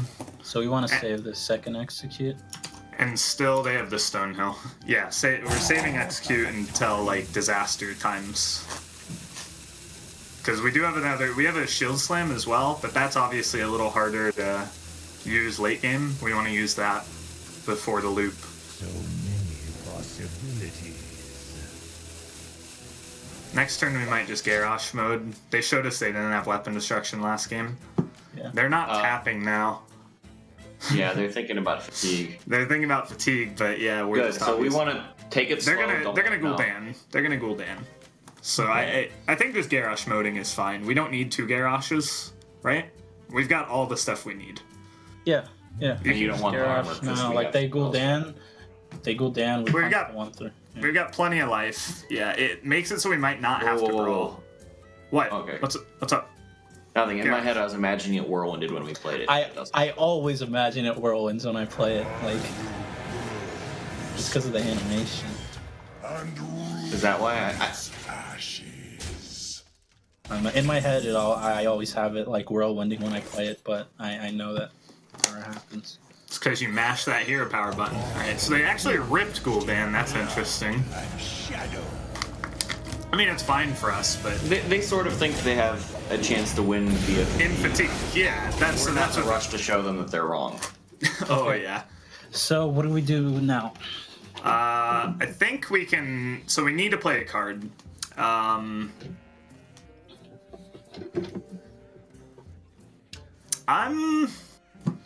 do we could get rid of this brawl? We could get rid of it right now if we want. Well, brawl can be useful against the pack. Against the pack, right? But not really. Not really. Against the we got removed. What if they pack a Tyrantus? All right. I mean, fair point. Yeah. But is them packing a Tyrantus or us shuffling brawl like? So I kind of want to like slam Whirlwind Fishes or something. Just dig more. We're gonna shuffle pretty soon. We're looking to hit Doomsayer, so that's why I want to slam. Yeah, slam. I like that. All right, we're gonna play that Doomsayer, right? It does nothing later. So fishes. Like whirlwind fishes. Yep. Doomsayer. Make it Radis if they had it off of the thing. Yeah, they still have a Stonehill card. Yeah. We don't need to shuffle the Acolyte, given we have Armorsmith and Stonehills and Battle Rage. Yep, there's the rat. Hey! Wow. That Gul'dan draw was massive. But was it, though? It was. I mean, that's like one of the ways that they can maybe win this game, but Love You Lots is... Can they, though? They can, yes. Just, I mean, they still have 12 turns of Gul'dan going. That's 36 damage. And Love You Lots does not have armor up at this point, so they do have to do something to make up for that. Well, that's a good way to just get it started. Indeed. Dead Man's Hand, shuffling another Dead Man's Hand, so the infinite combo is on. And they have kind of the magic formula. What you have is Armorsmith, withdraw, so Acolyte of Pain or Battle Rage, and then Dead Man's Hand. That's the and some removal. And as long as you can keep doing that, you'll always have infinite source of life and removal, which also equivalents to infinite source of damage because you just kill him with the fatigue. Yeah, plus the Stonehill to just get stuff going. Yes. You know, this is a problem for Tempo Storm, no doubt. But there is a world where they can come away with this one. Love You Lots just needs to draw pretty much in the imperfect order. Yeah, but that world is not this one that we live in. That Probably they will be able to win. I think Love You Lots' chance to win is over 99% at this point. And this goes all the way back to that Sanguine Reveler that they didn't play off the coin. Jeez. Different timeline. To lay off. Different timeline. Oh my gosh. What is this? Twisting Nether. Because Tempo Storm has no good way to deal with this Acolyte and prevent the draw, using Twisting Nether. And if they had the Atiesh over the Harrison, which they could have pulled the Dirty Rat, but they didn't have the read on it because Love You Lots had concealed that information. Honestly, there's nothing wrong with that play. It denies a draw, and it preserves their better direct removal with Siphon Soul. I mean, Love You Lots isn't going to put 3-4 minions down the table at one point. in Tempo Storm's spot be like, oh my gosh, we have to kill this stuff now. The fact they're preserving extra mana later on can actually matter. Saga Slither are very hard to deal with. Sometimes you're twisting Nether to clear card draw, and your opponent gets Sogoth afterwards, and honestly, that could be trouble. Ordinary Diehard's not too bad either, but yeah, Sogoth definitely the best. Oh yeah, Sogothin all the way. I am surprised that Lovulots is playing the Armor Smith in this spot. That's somewhat peculiar to me. I think they want a Battle Rage. Oh, they have the shield block in hand. Okay, yeah, that makes everything easier. I don't think the life count truly matters, but we'll see. Oh, another damage hint is early on with another Battle Rage. That is the magic wombo combos. The more card draw and shuffle, Dead Man's Hand you shuffle in, the better. Yeah, not the Stonehill they're looking for either. They needed something very impactful. And the really harsh truth is that there's not much, when Warrior gets going like this, there's actually not really much you can do. Yeah, that's a true story. I mean, if you are playing a pure form control deck, Warrior... This is not even a control deck, really. This is just what we call it fatigue. I mean, this is like where this situation comes up, is the Warrior indoors through this situation eternally. Let's go ahead and listen to Lovulots and hear if they're still cooking up some crazy plans. Kind of like if we shuffle. So I kind of want to shuffle now, is what I was thinking, and draw more. If we shuffle, we can start aggressively playing stuff off Stonehills and like actually making them have to answer stuff. At the same time, I kind of just like N'Zoth or Sagoth. Sagoth. I like Sagoth as well. I like Sagoth. The thing I dislike about Sagoth is then we're not shuffling a Sagoth. Well, what's our play after we shuffle? We don't have a great play. Stonehill. It'd be like Stonehill, but if we hit like Curator... I would shuffle Stonehill. I like Sagoth. I think it's okay. Like, we don't need infinite Sagoths, you know?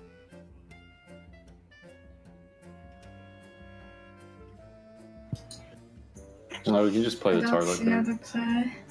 You just play Tarlocke into it. What do you think is another food? Turn this off? I don't know. Did they? Let me see. We're just saving it for more, that's all. Okay, so what do we do now? Well, I think we can... Now you want to shuffle? Yeah, I kind of want to... Shuffle? No, executes are always great. We have plenty of draw. I want to shuffle and like block Shield Slam or something. Yeah, that's what I was thinking. Like shuffle. Yeah. Let's do that. Wait. Do we play What's that up? one? What's up? Yeah, we do. You always play that. Yeah. They know you shuffled it. Yeah. Okay.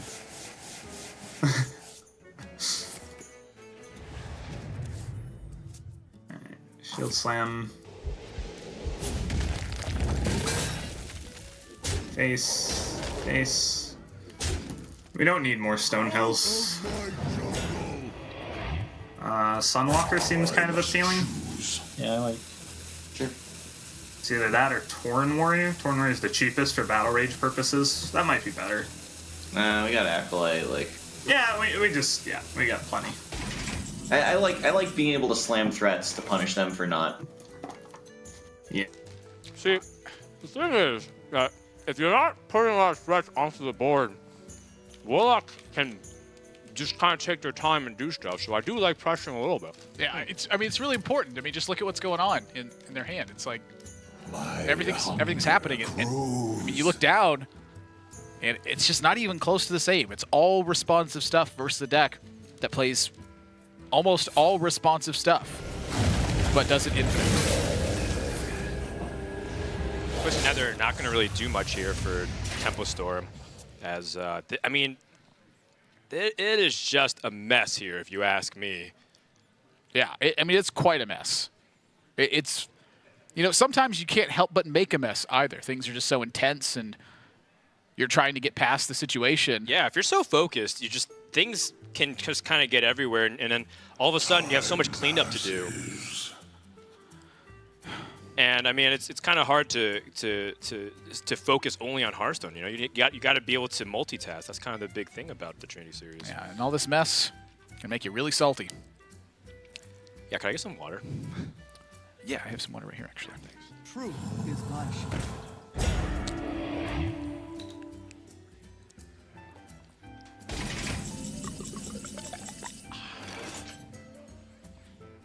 That water is brought to you by Intel. Yeah, so the Siphon Soul's about to be as well. Tempo Storm, they needed a way to pressure Love You Lots in the second Dead Man's Hand. Once that jig was up, I think Tempo Storm had kind of resided to their fate. So their goal is basically to get as much information as they can. Let's go ahead and listen into them and hear if there's any hopes left in this game. You just want to play Elise Hero Power? Like, I think the way to win is if we just get the sickest Elise pack ever. Okay, we should at least play Elise, yes. Okay, let's do it. Pack me, baby. Is there a card in the Enguro set that destroys these types of internet warriors? Yeah. What is it? He's out of Brawl. We just get the 12 that can't be targeted. Oh, they run 2 Brawl. Don't we have more? Oh. Okay, so this is actually really bad for us because they managed to use a Brawl and an Execute.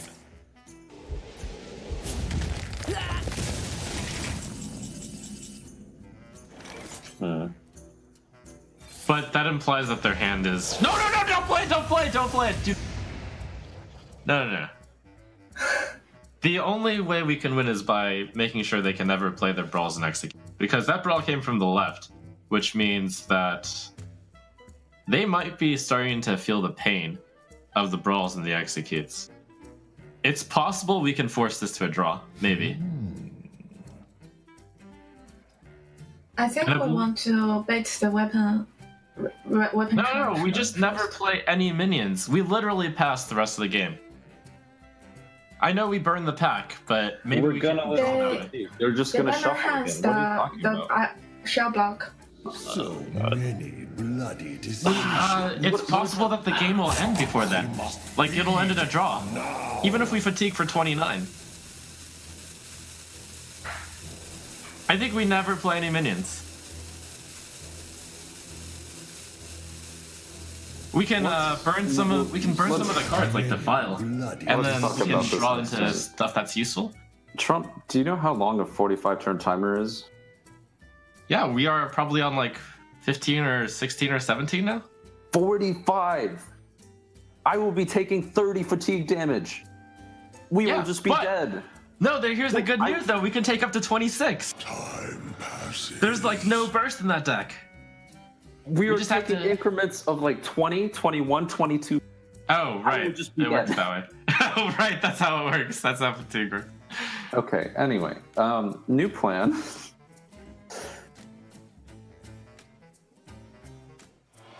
Oh, we got rid of the weapon. I mean, I guess. Like, believe me, I've played that deck a lot. I feel like their hand is really, really terrible right now. They're actually going to be very desperate soon, I think. Out of my jungle.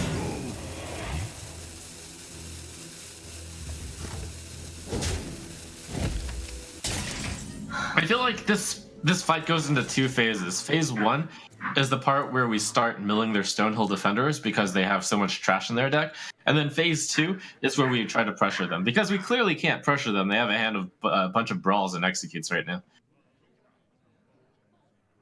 We do need to save the threats in order to actually deal with their stuff. I think we can afford to burn a card right now. We might need the... We have a pack. Okay, fine. We should Defile. All right.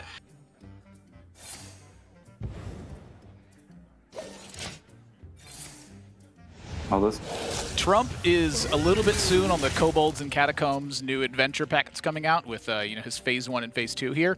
But I think what he's saying does have some merit. There is a chance that Love You Lots' hand gets filled up with Executes and with Brawls and the like. And I like his optimistic approach. And that is key to any game, is to making sure that you are secure in your game plans, that you're playing tight even in losing scenarios. You have to make the most of it, no matter what.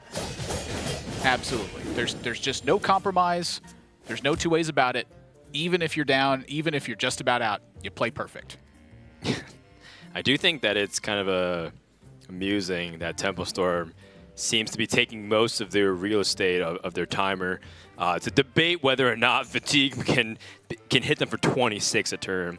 But that being said, I think this is all superficial discussion. In the end, the game has been largely determined from a long time ago when Lovely Lots revealed their Dead Man's Hand and completely baited Temple Storm into thinking that they had a chance to win the game through N'Zoth.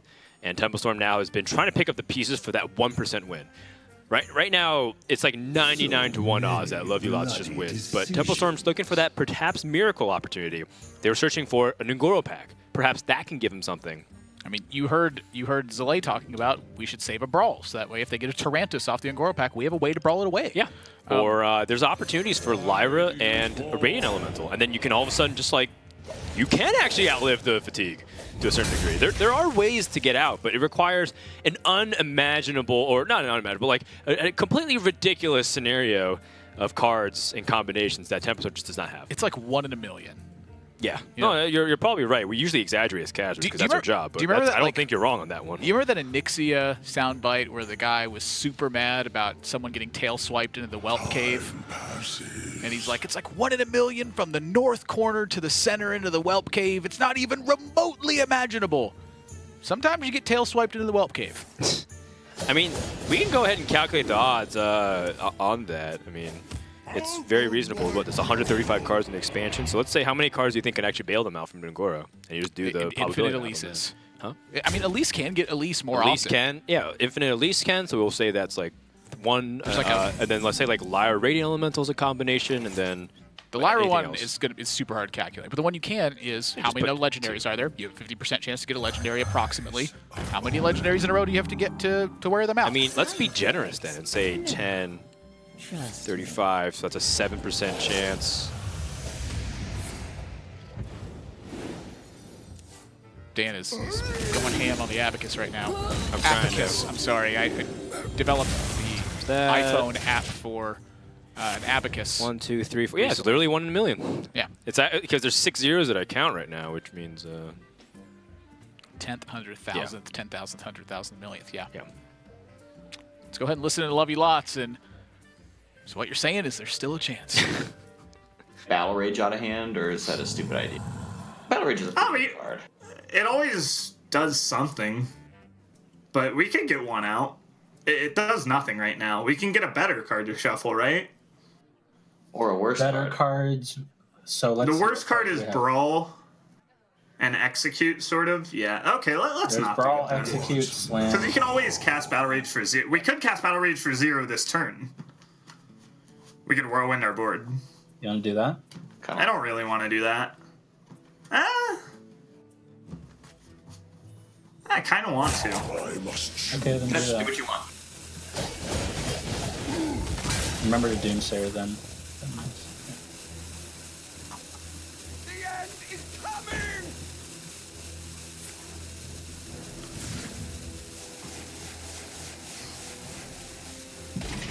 Like if we play something, you mean? It's time. Oh no! What a misplay! What? No, actually, honestly, I think we should have Mistress and killed it. Okay, I mean that's no. What? Actually, this is our chance to just play it into the Doomsayer. We should play the Mistress into the Doomsayer. And then we should think about playing the Dreadlord into the Doomsayer. I think we should play the Dreadlord into the Doomsayer. This is the only way we can... There's no way the Dreadlord ever does anything. He's like 5 executes in his hand. Side effect. Just play the Dreadlord. And I'll play the pack this turn, yeah. Oh, is there any... Yeah, the cards in our deck are useless. Yeah, pack. Yeah. Job done. Golden epic! I must feed. Okay, we got a hatchling. That gets us another turn. Garbage, Trump. No, we got another turn of the hatchling. Oh crap, maybe we shouldn't have played Mistress. It can heal us. Oh crap. It's over. Wait, is it? It's over. Thanks, Trump. Why they got lucky and I got stuck up?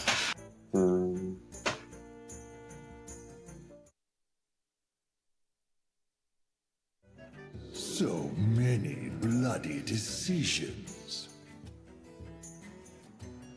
If we hadn't played Elise, maybe we could have like completely trashed their deck. Maybe.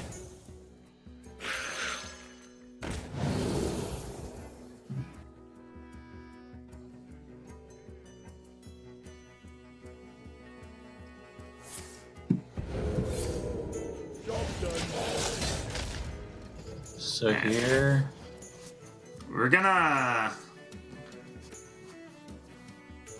so we have 2 Armor Smiths in deck. Do we Armor Smith now? We can Armor Smith now and Acolyte and do all the things, right? So 6. Well, we want to execute the hatchling, right? Do we? We can Shield Slam it. Well, I guess we want to get the Execute out. I see We what want you're to get the saying. execute out. Yeah. So we So we can't don't back Battle out. Rage. We could Acolyte and not Battle Rage. Or we could Battle Rage and not Acolyte. I want a double Whirlwind, so I want to Acolyte. Right? Can they overdraw us again? Uh-uh. They have 2 cards. It doesn't matter. Speak to me. I don't care if they over. So I guess we Whirlwind first, Execute, then we go face. Yeah. Yeah. Okay. I must choose.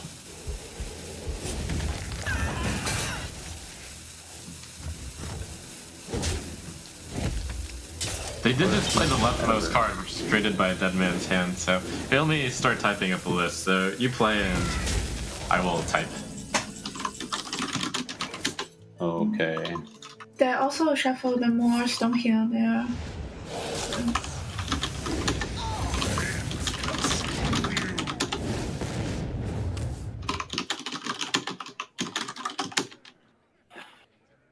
Oh god. Okay.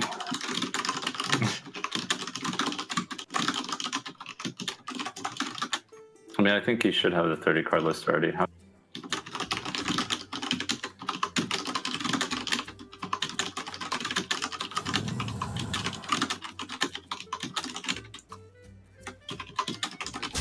I mean, it's just confounded due to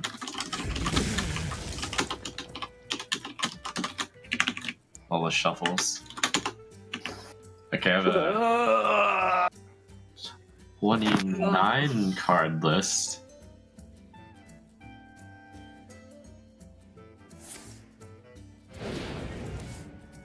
And you have a 29 card list? Yeah. Oh, see, that Stonehill Defender wasn't actually created by any. Can you ship it? Because I think But the thing you're there missing is definitely like be more Stonehill they shuffled. What was that? I think you're just missing Harrison Jones, right? No, I put Harrison Jones to that list. Oh. We don't want to join now, right? Yeah. Do we think that deck possibly runs? No, there's no way that there's 2 public defenders in there. So What 2 are we Shield doing? Slam. Can I leave? Please, Trump. Are you done? Did you get the 30 cards? Can I, I go don't have home? the 30th card. Oh, it's Slam. It's Slam. Okay, we're good. We're good. Get out of here. Come on, Get out of man. here. We're done. We're done. I have the list. Okay, thank you. Now I can play it on ladder. Yay. For now. This is a terrible ladder deck.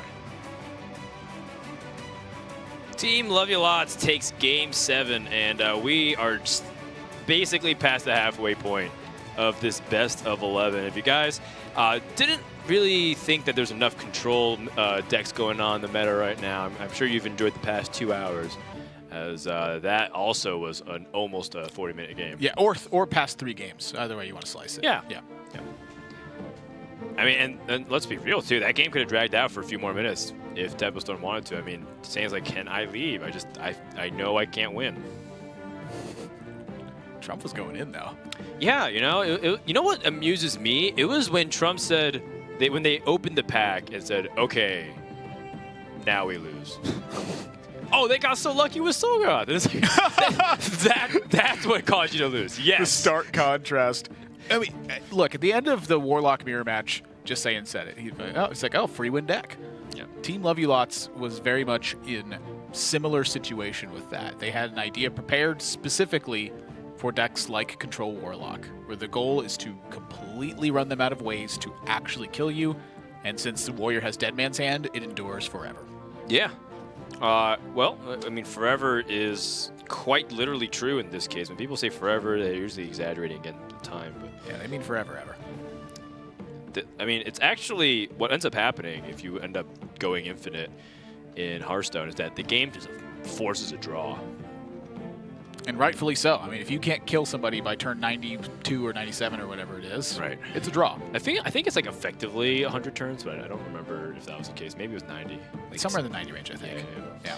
But you know, the point is that if you can't end it, then the game automatically forces a draw. This happened primarily because of Mal'Ganis back in the day. Before, it wasn't really possible to gain that much armor. Warrior could gain like 200 plus armor through like back in the day. They did Wild Pyromancer, Commanding Shout, Armorsmiths type stuff. Yeah.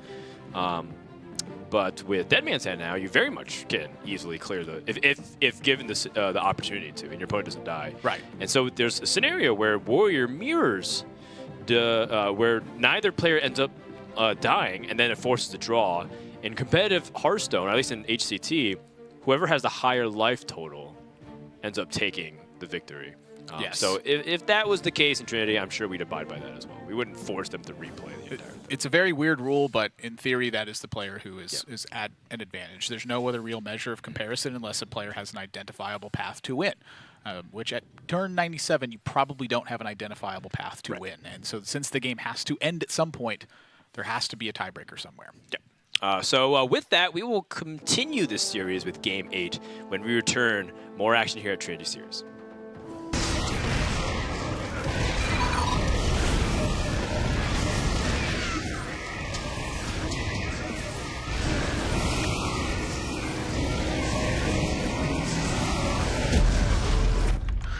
You guys seeing this? Game, record, and stream without compromise. Only on Intel Core i7.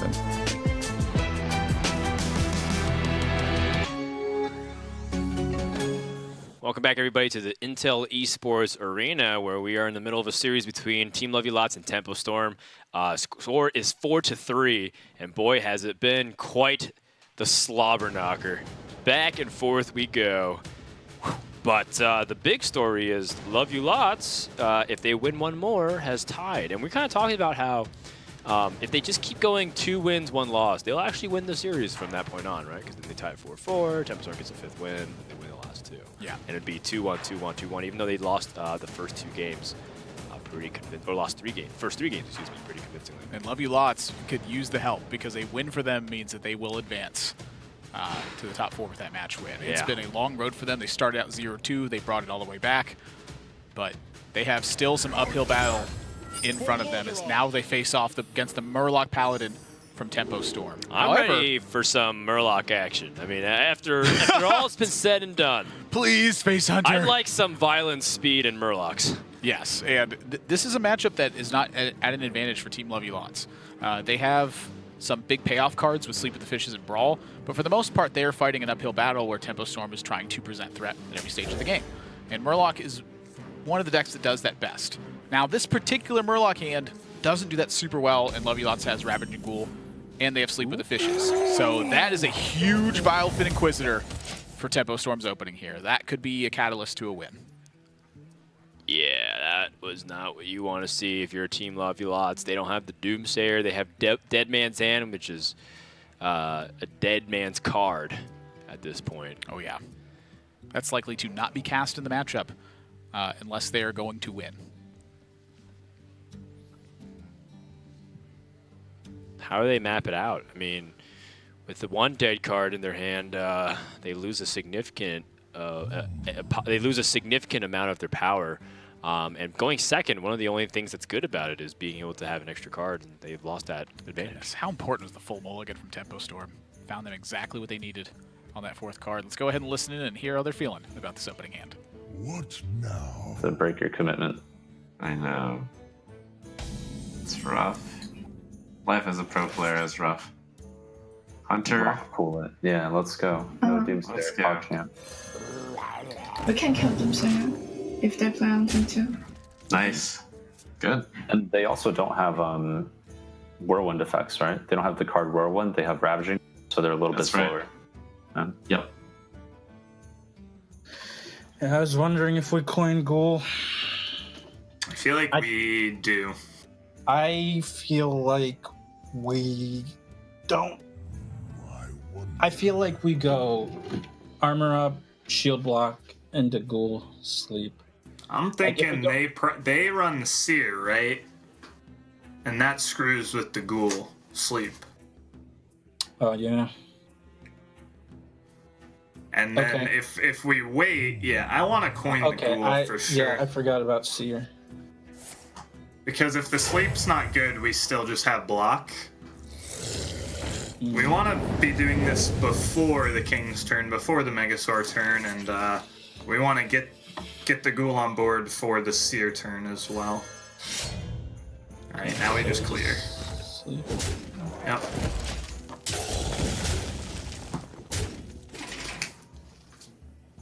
That's really good. Just need to find removal the rest of the way. Alright, sleep with the fishes.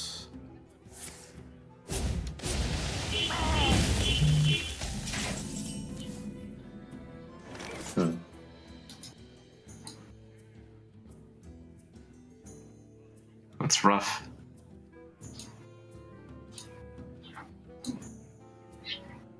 Could it be Hero Power Pass? So we have something we can Kings next turn? Yeah, I think so. Let's just Hero Power Pass. Okay, do we want to... No, we don't want to swing with the blade, right? Not yet. Definitely not.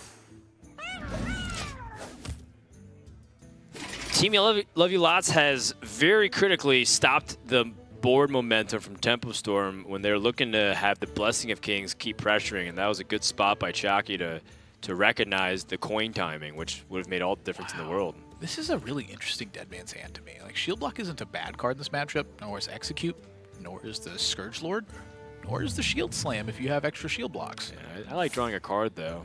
I do too. I'm just curious about it. You know, it looks somewhat appealing. Interesting. Tempo Storm was kind of saving up for the Blessing of Kings. I still think you do the Blessing of Kings this turn to pressure the life total away from your opponent. I 100% agree with that. This is a chum King's turn every time if I'm in the driver's seat. Something I've noticed about Tempo Storm, though, is that Eloise has been awfully quiet in recent games. Well, the time zone is pretty awful for her, I think, in terms of starting off the series or the day, but I'm not sure if, you know, she also had some connection issues. You mentioned that there was some Discord lag. Hopefully that's not the case.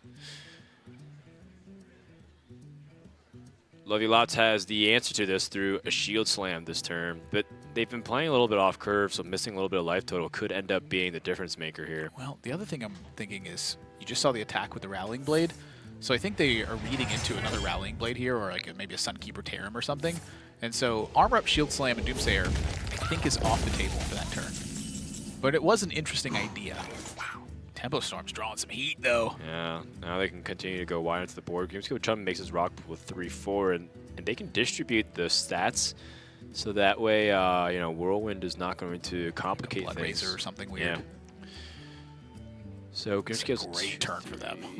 Yeah, so then you actually want to rock pull the 2-1, so the Razor Blade's not going to be very efficient. And my question is, do you set the Rallying Blade or do you Hero Power, if that's the case?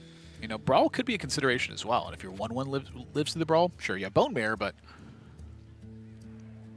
Yeah, that's a good question. Considering that after Bone Mare, they're most likely not going to win the game from that point on, and they're not going to fill out the mana, so I think I value Hero Powering.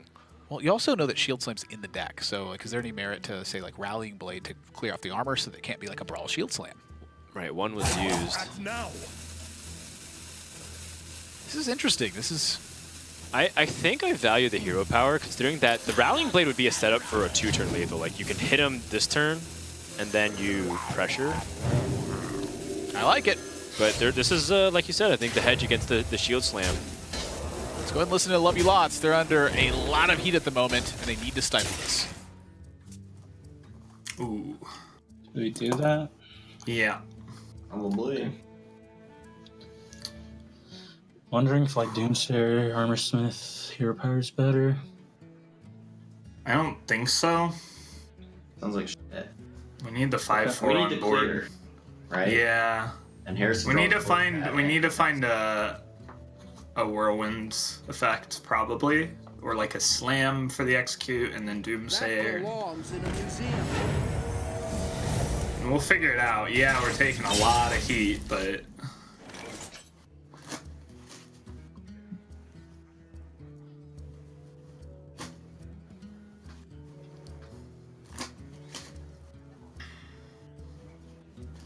We might get a pretty good read on that left.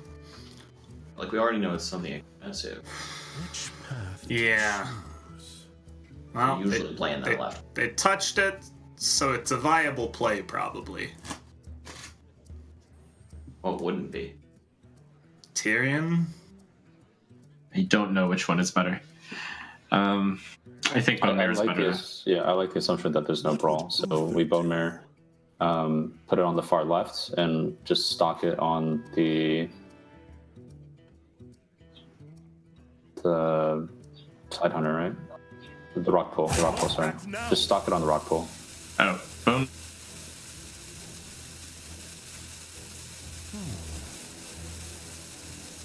Steed? Oh, of course. Might be dead, boys. Okay. Okay, so we can trade X. Stonehill Doomsayer. Yeah, we could do the Doomsayer, or we could play the Armorsmith. And try to Garrosh. To give ourselves a better chance. Yeah, and then Garrosh. We always Stonehill, right? We always Stonehill. We need to. Let's see. To get a cheap taunt. Those aren't cheap. Do we want the biggest one? The 111? I want the biggest one. I want the biggest one. My instinct. Let's think. So the 711 gives us a reason to Armorsmith now instead, right? Yeah, I think we should Armorsmith. Armorsmith gives us the best shot of living. What does it actually give us? What does it actually make us live against, though? If they have a buff, we're dead. No, we're not.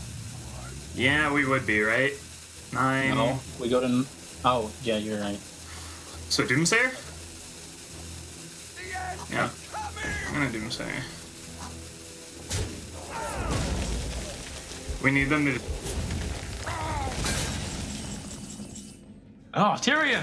Wow. Huh? All right. Good job. Good job. Good fire. Mage left? They have Paladin left. They have Paladin left. Okay. Templestorm's on match point, putting themselves up 5-3 up against Team Love You Lots, and that is going to be bad news for our American heroes, as they have Paladin remaining. Is that correct? Right. That's kind of what they're talking about. And Paladin is going to have to take 3 straight wins. And we're going to have to see a run back to Season 1 of Trinity Series, where Paladin ran amok over and over again. But that was a different Paladin deck. That was a combo Paladin. This is sort of like a combo Paladin, unless they're playing their Yeah, weird high-end one from last week. The way Anyfin ended up becoming was more of a control deck. It just kept stabilizing and using Murlocs and eventually having like a late game push of some kind. It wasn't truly combo oriented, but it was definitely a very fun deck to play. If you guys can remember, Anyfin Paladin still exists in Wild because of Old Murkai existing. However, I bet War Leader made it probably a lot worse. Well, I mean, still an attack buff. That's true. Yeah. But the health buff was insane. It definitely was at times. You know, there's a lot of the win condition was just restabilize the board with it, but you can see Paladin across the board. No team is actually losing with Paladin. Well, if it's a Paladin mirror, then it holds true. But if Paladin keeps winning, then it'll have an overall positive one too. And funny enough, it's between 2 teams that have 50% win rate with Paladin. So one of them will be losing after this series with Paladin. Wow, that's so crazy to look at. At the end of this one, right?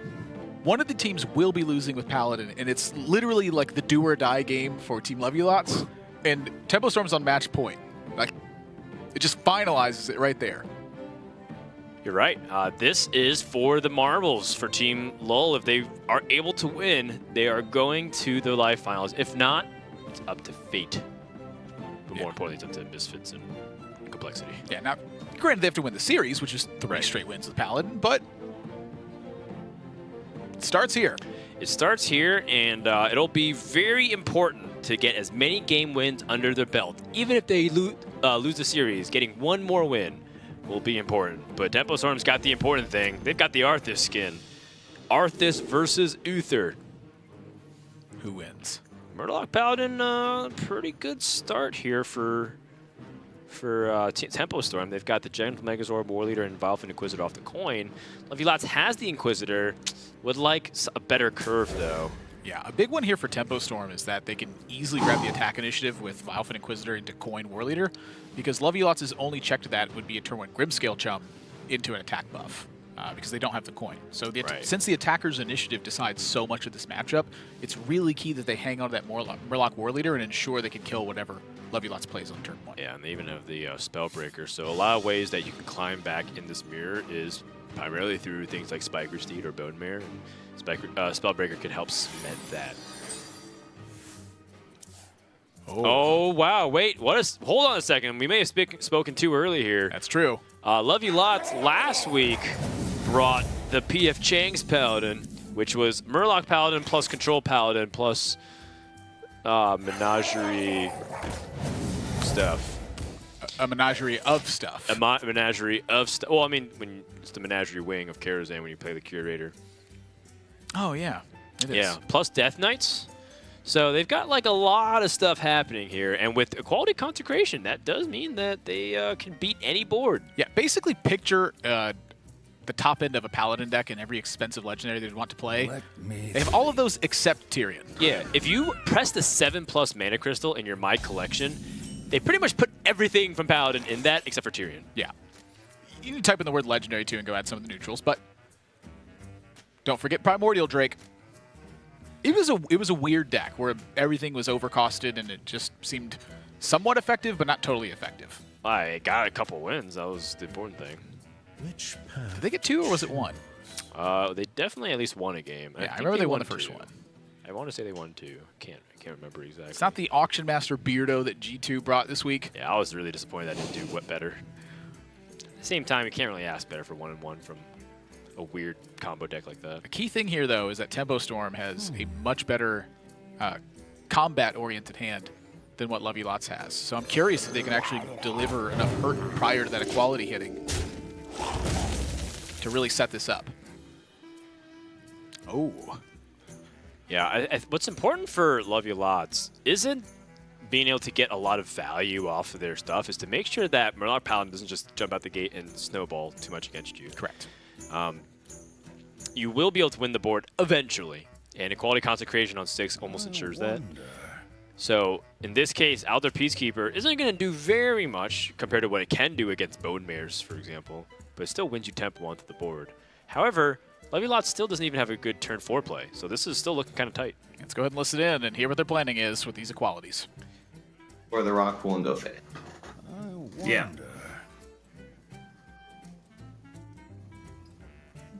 Follow the rules.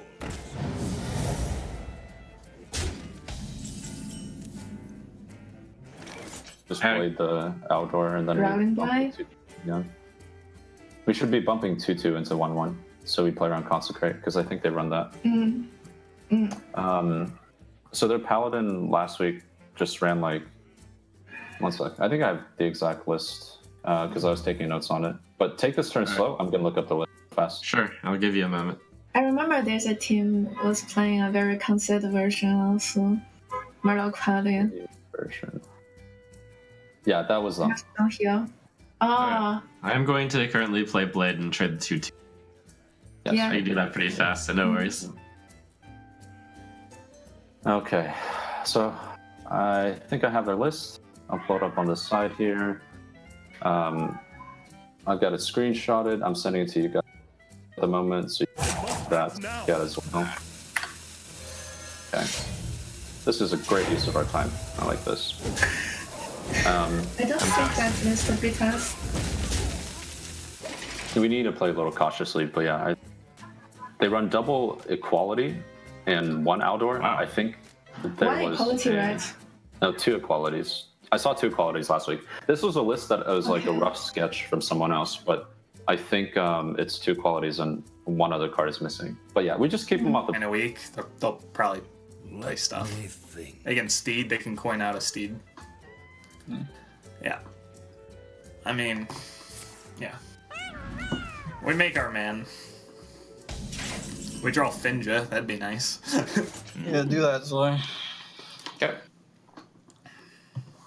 I'm imagining 5 mana mark. I think the weapon's more valuable. What if we bet out the consecration next turn? We still have a scale down. If they don't consecration, we have more targets on board. Yeah, but our board is so spooky. That's actually okay. Yeah, we can do scale bait and actually just trade the 1/3 as well. Because then next turn we go war leader. No, actually we go double hydrologist and play secret. Yeah, it looks okay. Because we know that they don't have running blood. If they have, they won't play peacekeeper there. Right. I feel like it's so much stronger to just trade in the 2/1 and then our scale bane can like finds a target. If they're consecrating, they're killing a 4/2 and a 2/1. Isn't that really good? I will go with whatever you say there. I like killing the 2/1. I think baiting consecrates is like not that important, honestly. All right, so trade the 2/1. Yep. Yeah, that's what I was leaning towards. It feels like they have a consecration. Possibly, yeah. I mean, their hands are always bad because their deck is garbage. I don't know why they would ever bring this. No. Yeah. So just Mega Sword to soak, right? Do we? The 1/1 soaks too. Does it? It just makes it more obvious. If we Mega Sword, it's a little less obvious. And the 1/1 soaks. They ignore it. Yeah, the 1/1 soaks, soaks. Yeah. Okay, and They just know about it, so they could just pass, right? They could smack us and say go. Yeah, but maybe do that make a dude. Then that's fine. We'll just rip it and then. Yeah, I would just something. 1/1. Then we'll, yeah. I would just. I want a 1/1. Yeah. Yeah. That's a very similar thing to Megasaur. Leaves me with a Megasaur. Yeah. Think about it for a bit longer. I must move quickly. Alright, that's long enough. I love the arbitrary thoughts. So hydrologist first. Look for getaway Kodo. We have Repentance, Redemption, Eye. Yeah, Redemption is fine. Okay. Redemption, I think. Redemption is currently hitting our 2/1. I mean our rock pool, but that's fine. That's Rock pool. Yeah. And then we just play a second hydrologist, I think. Right? Instead of just Guy? Yeah. I mean button. Hydrologist you want? I think hitting the hero card is pretty good. Button. Sure. Okay. Okay, now how do we deal with the 1/1? Face with the weapon. With the weapon? Okay. So I'm gonna go Redemption. 5/5. No, push still the have the 5 here. Push the 5. Wait, Well, I mean, it's only a difference of 5 and 4. It does play around quite a few things if we push in the 5 instead. I think I like it. Yeah, let's trade with the scale bane. Okay, fine. Trade with scale bane, hold weapon, redemption. Redemption, hero power. All right. Yeah. All right. Man, this is some rocket science, Murloc. Consecration. One turn late, Slay.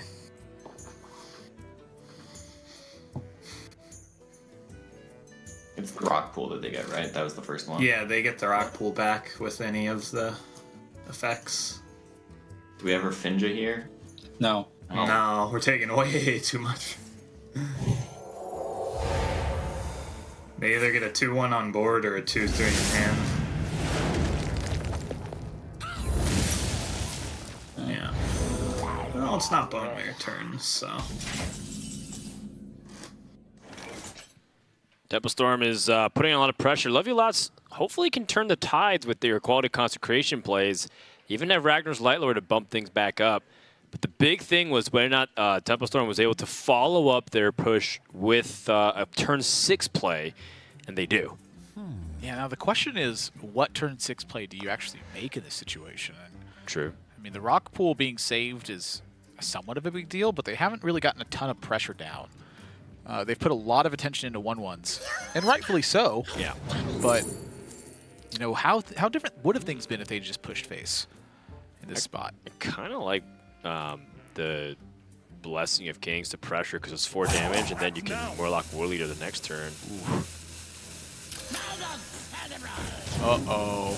This is another wave of threats. And I mean, it's because they saw a quality consecration. What's the likelihood that opponents have yet another one? Very unlikely. And this is going to get punished, it looks like, from Lovey Lots. Now, they do also have the option to consecration and look to Primordial Drake the War Leader next turn. I'm curious if Tempo Storm foregoing it ever gives them the hint that, no, we don't have it.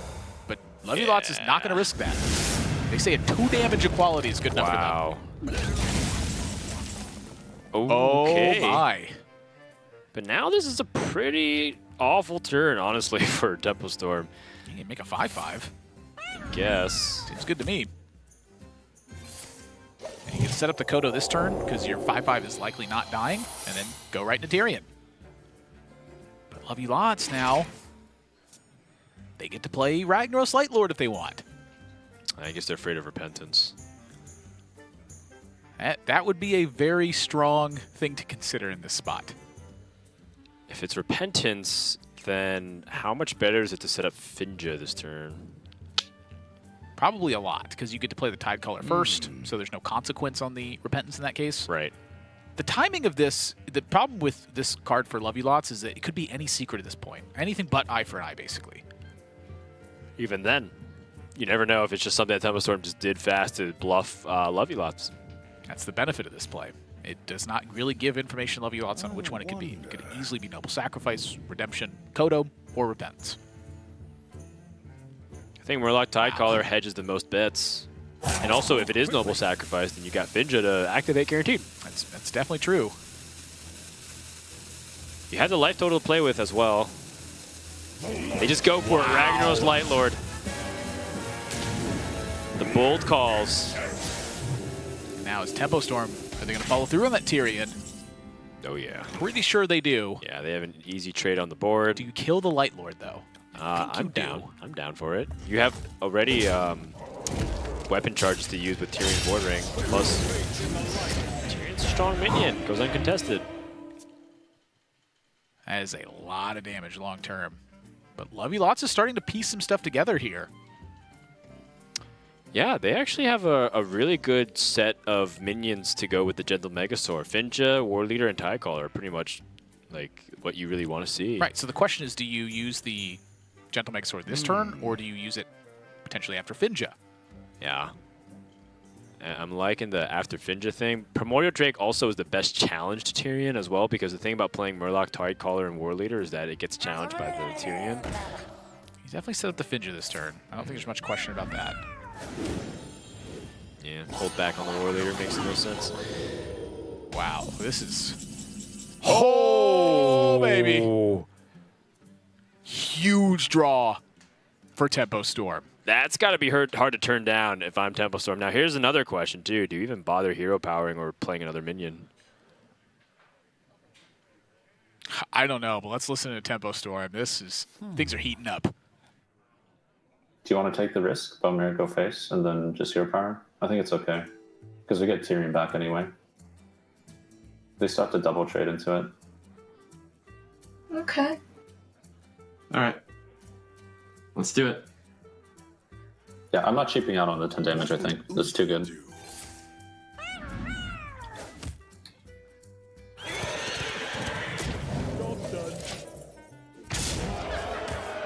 Primordial Drake, well, will land on the 1/1, like give us some matters. Get the thing back. It's pretty brutal no matter how we slice it.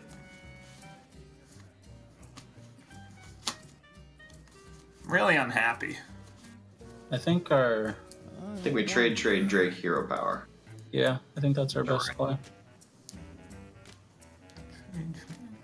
Their guy goes to 5.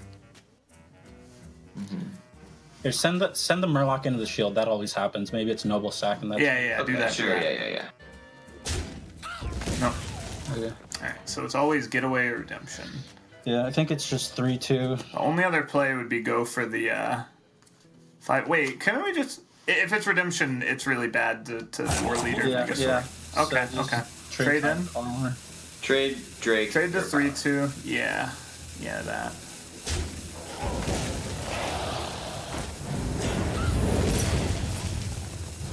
Oh.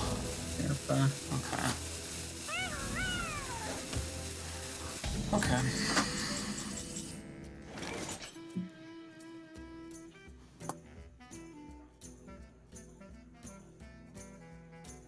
So they have no AoE left. I'm thinking we just play it all and we face. Take half pounds, right? Bone Mirror? I want to trade Bone Mirror into the 1/1. So double trade, right? They have 2 Bone Mirrors, right? Yeah, they play double Bone Mirror. Yeah, I think we just double trade. We can take this. Okay. We don't need a Spellbreaker yet, basically. We go so Type Caller, Chum, Hero Power, and then play the extra Murloc, and just leave it so he only has Spindra online. That way, if he steeds Spindra or something. So to recap, double trade into Tide Caller, Chum. Tide Caller, Chum, Hero Power, yeah. We lose to nothing now. Yeah, we lose to nothing this way, basically.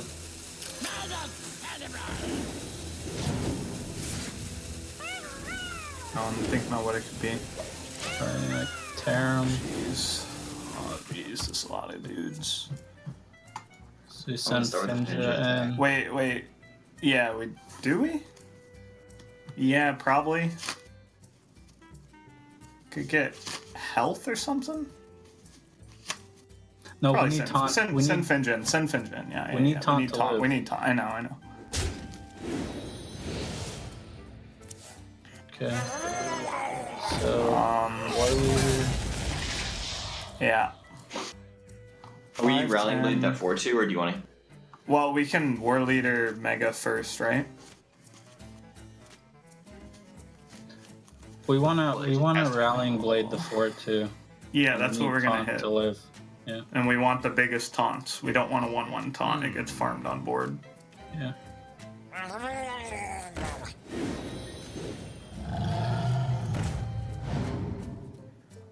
We're dead. Poisonous Divine Shield style. Wow. Okay. Alright, well, let's pick Divine Shield. So we can buff them. That's awesome. Is this 6-3? That's it's 6-3. Oh. Super lethal. We ship it.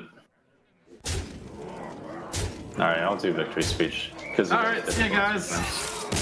Thanks, guys. Woohoo! We did it! Hopefully we made it to 5th. Losing to Temple Storm, LUL. Tempo Storm takes the series 6-3, defeating the hybrid paladin from Team Love Ya Lots. And that is going to be a pretty convincing victory that puts them up in the standings. And remember, they weren't pie in the sky dream. They were playing for 5th, 6th, better standings, better money.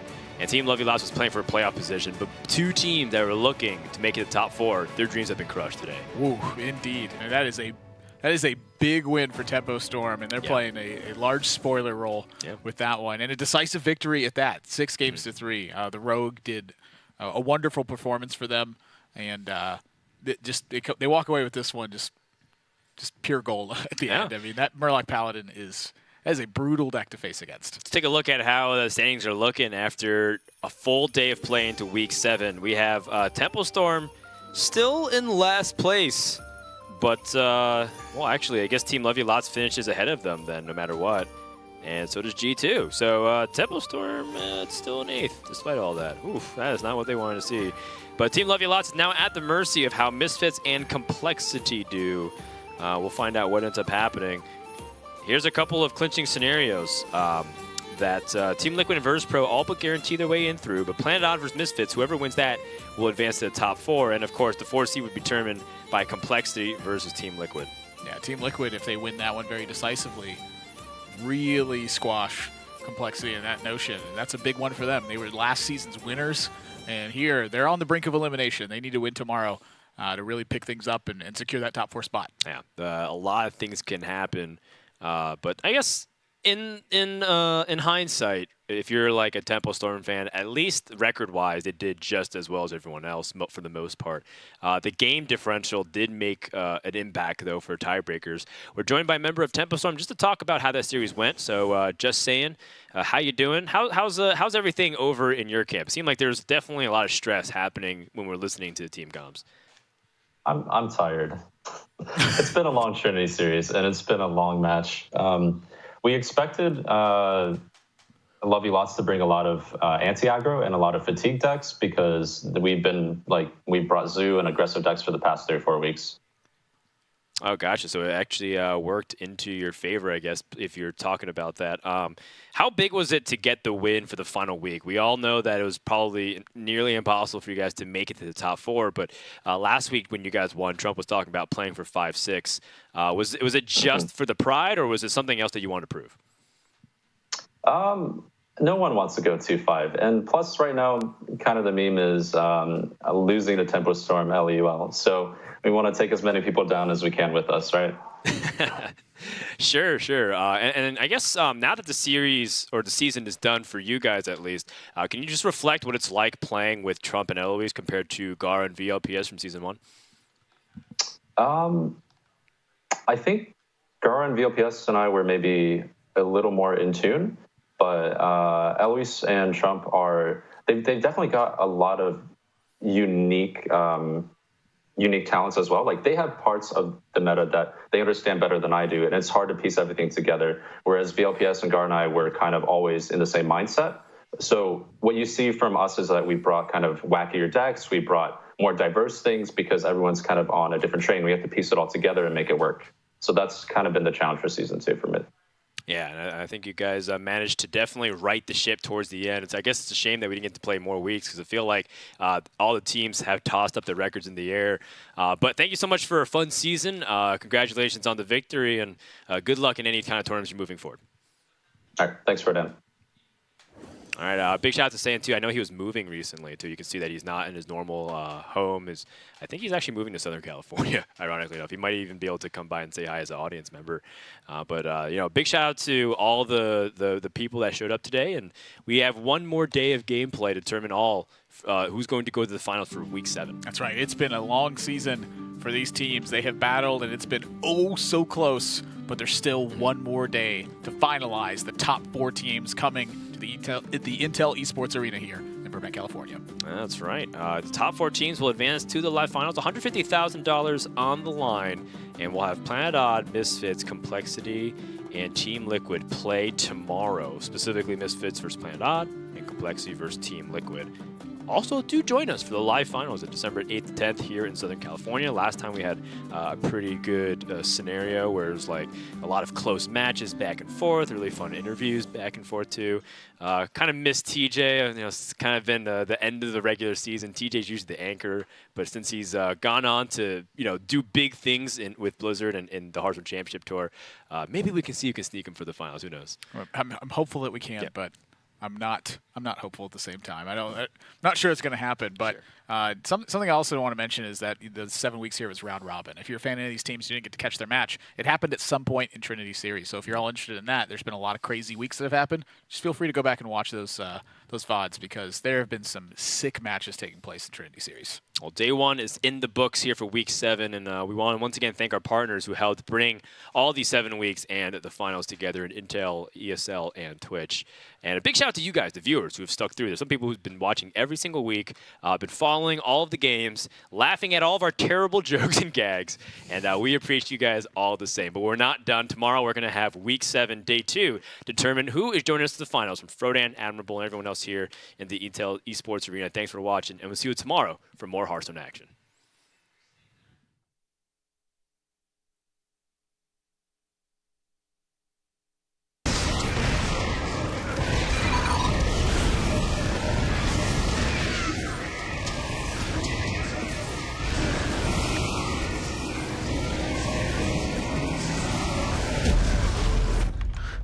guys seeing this? Game, record, and stream without compromise. Only on Intel Core i7.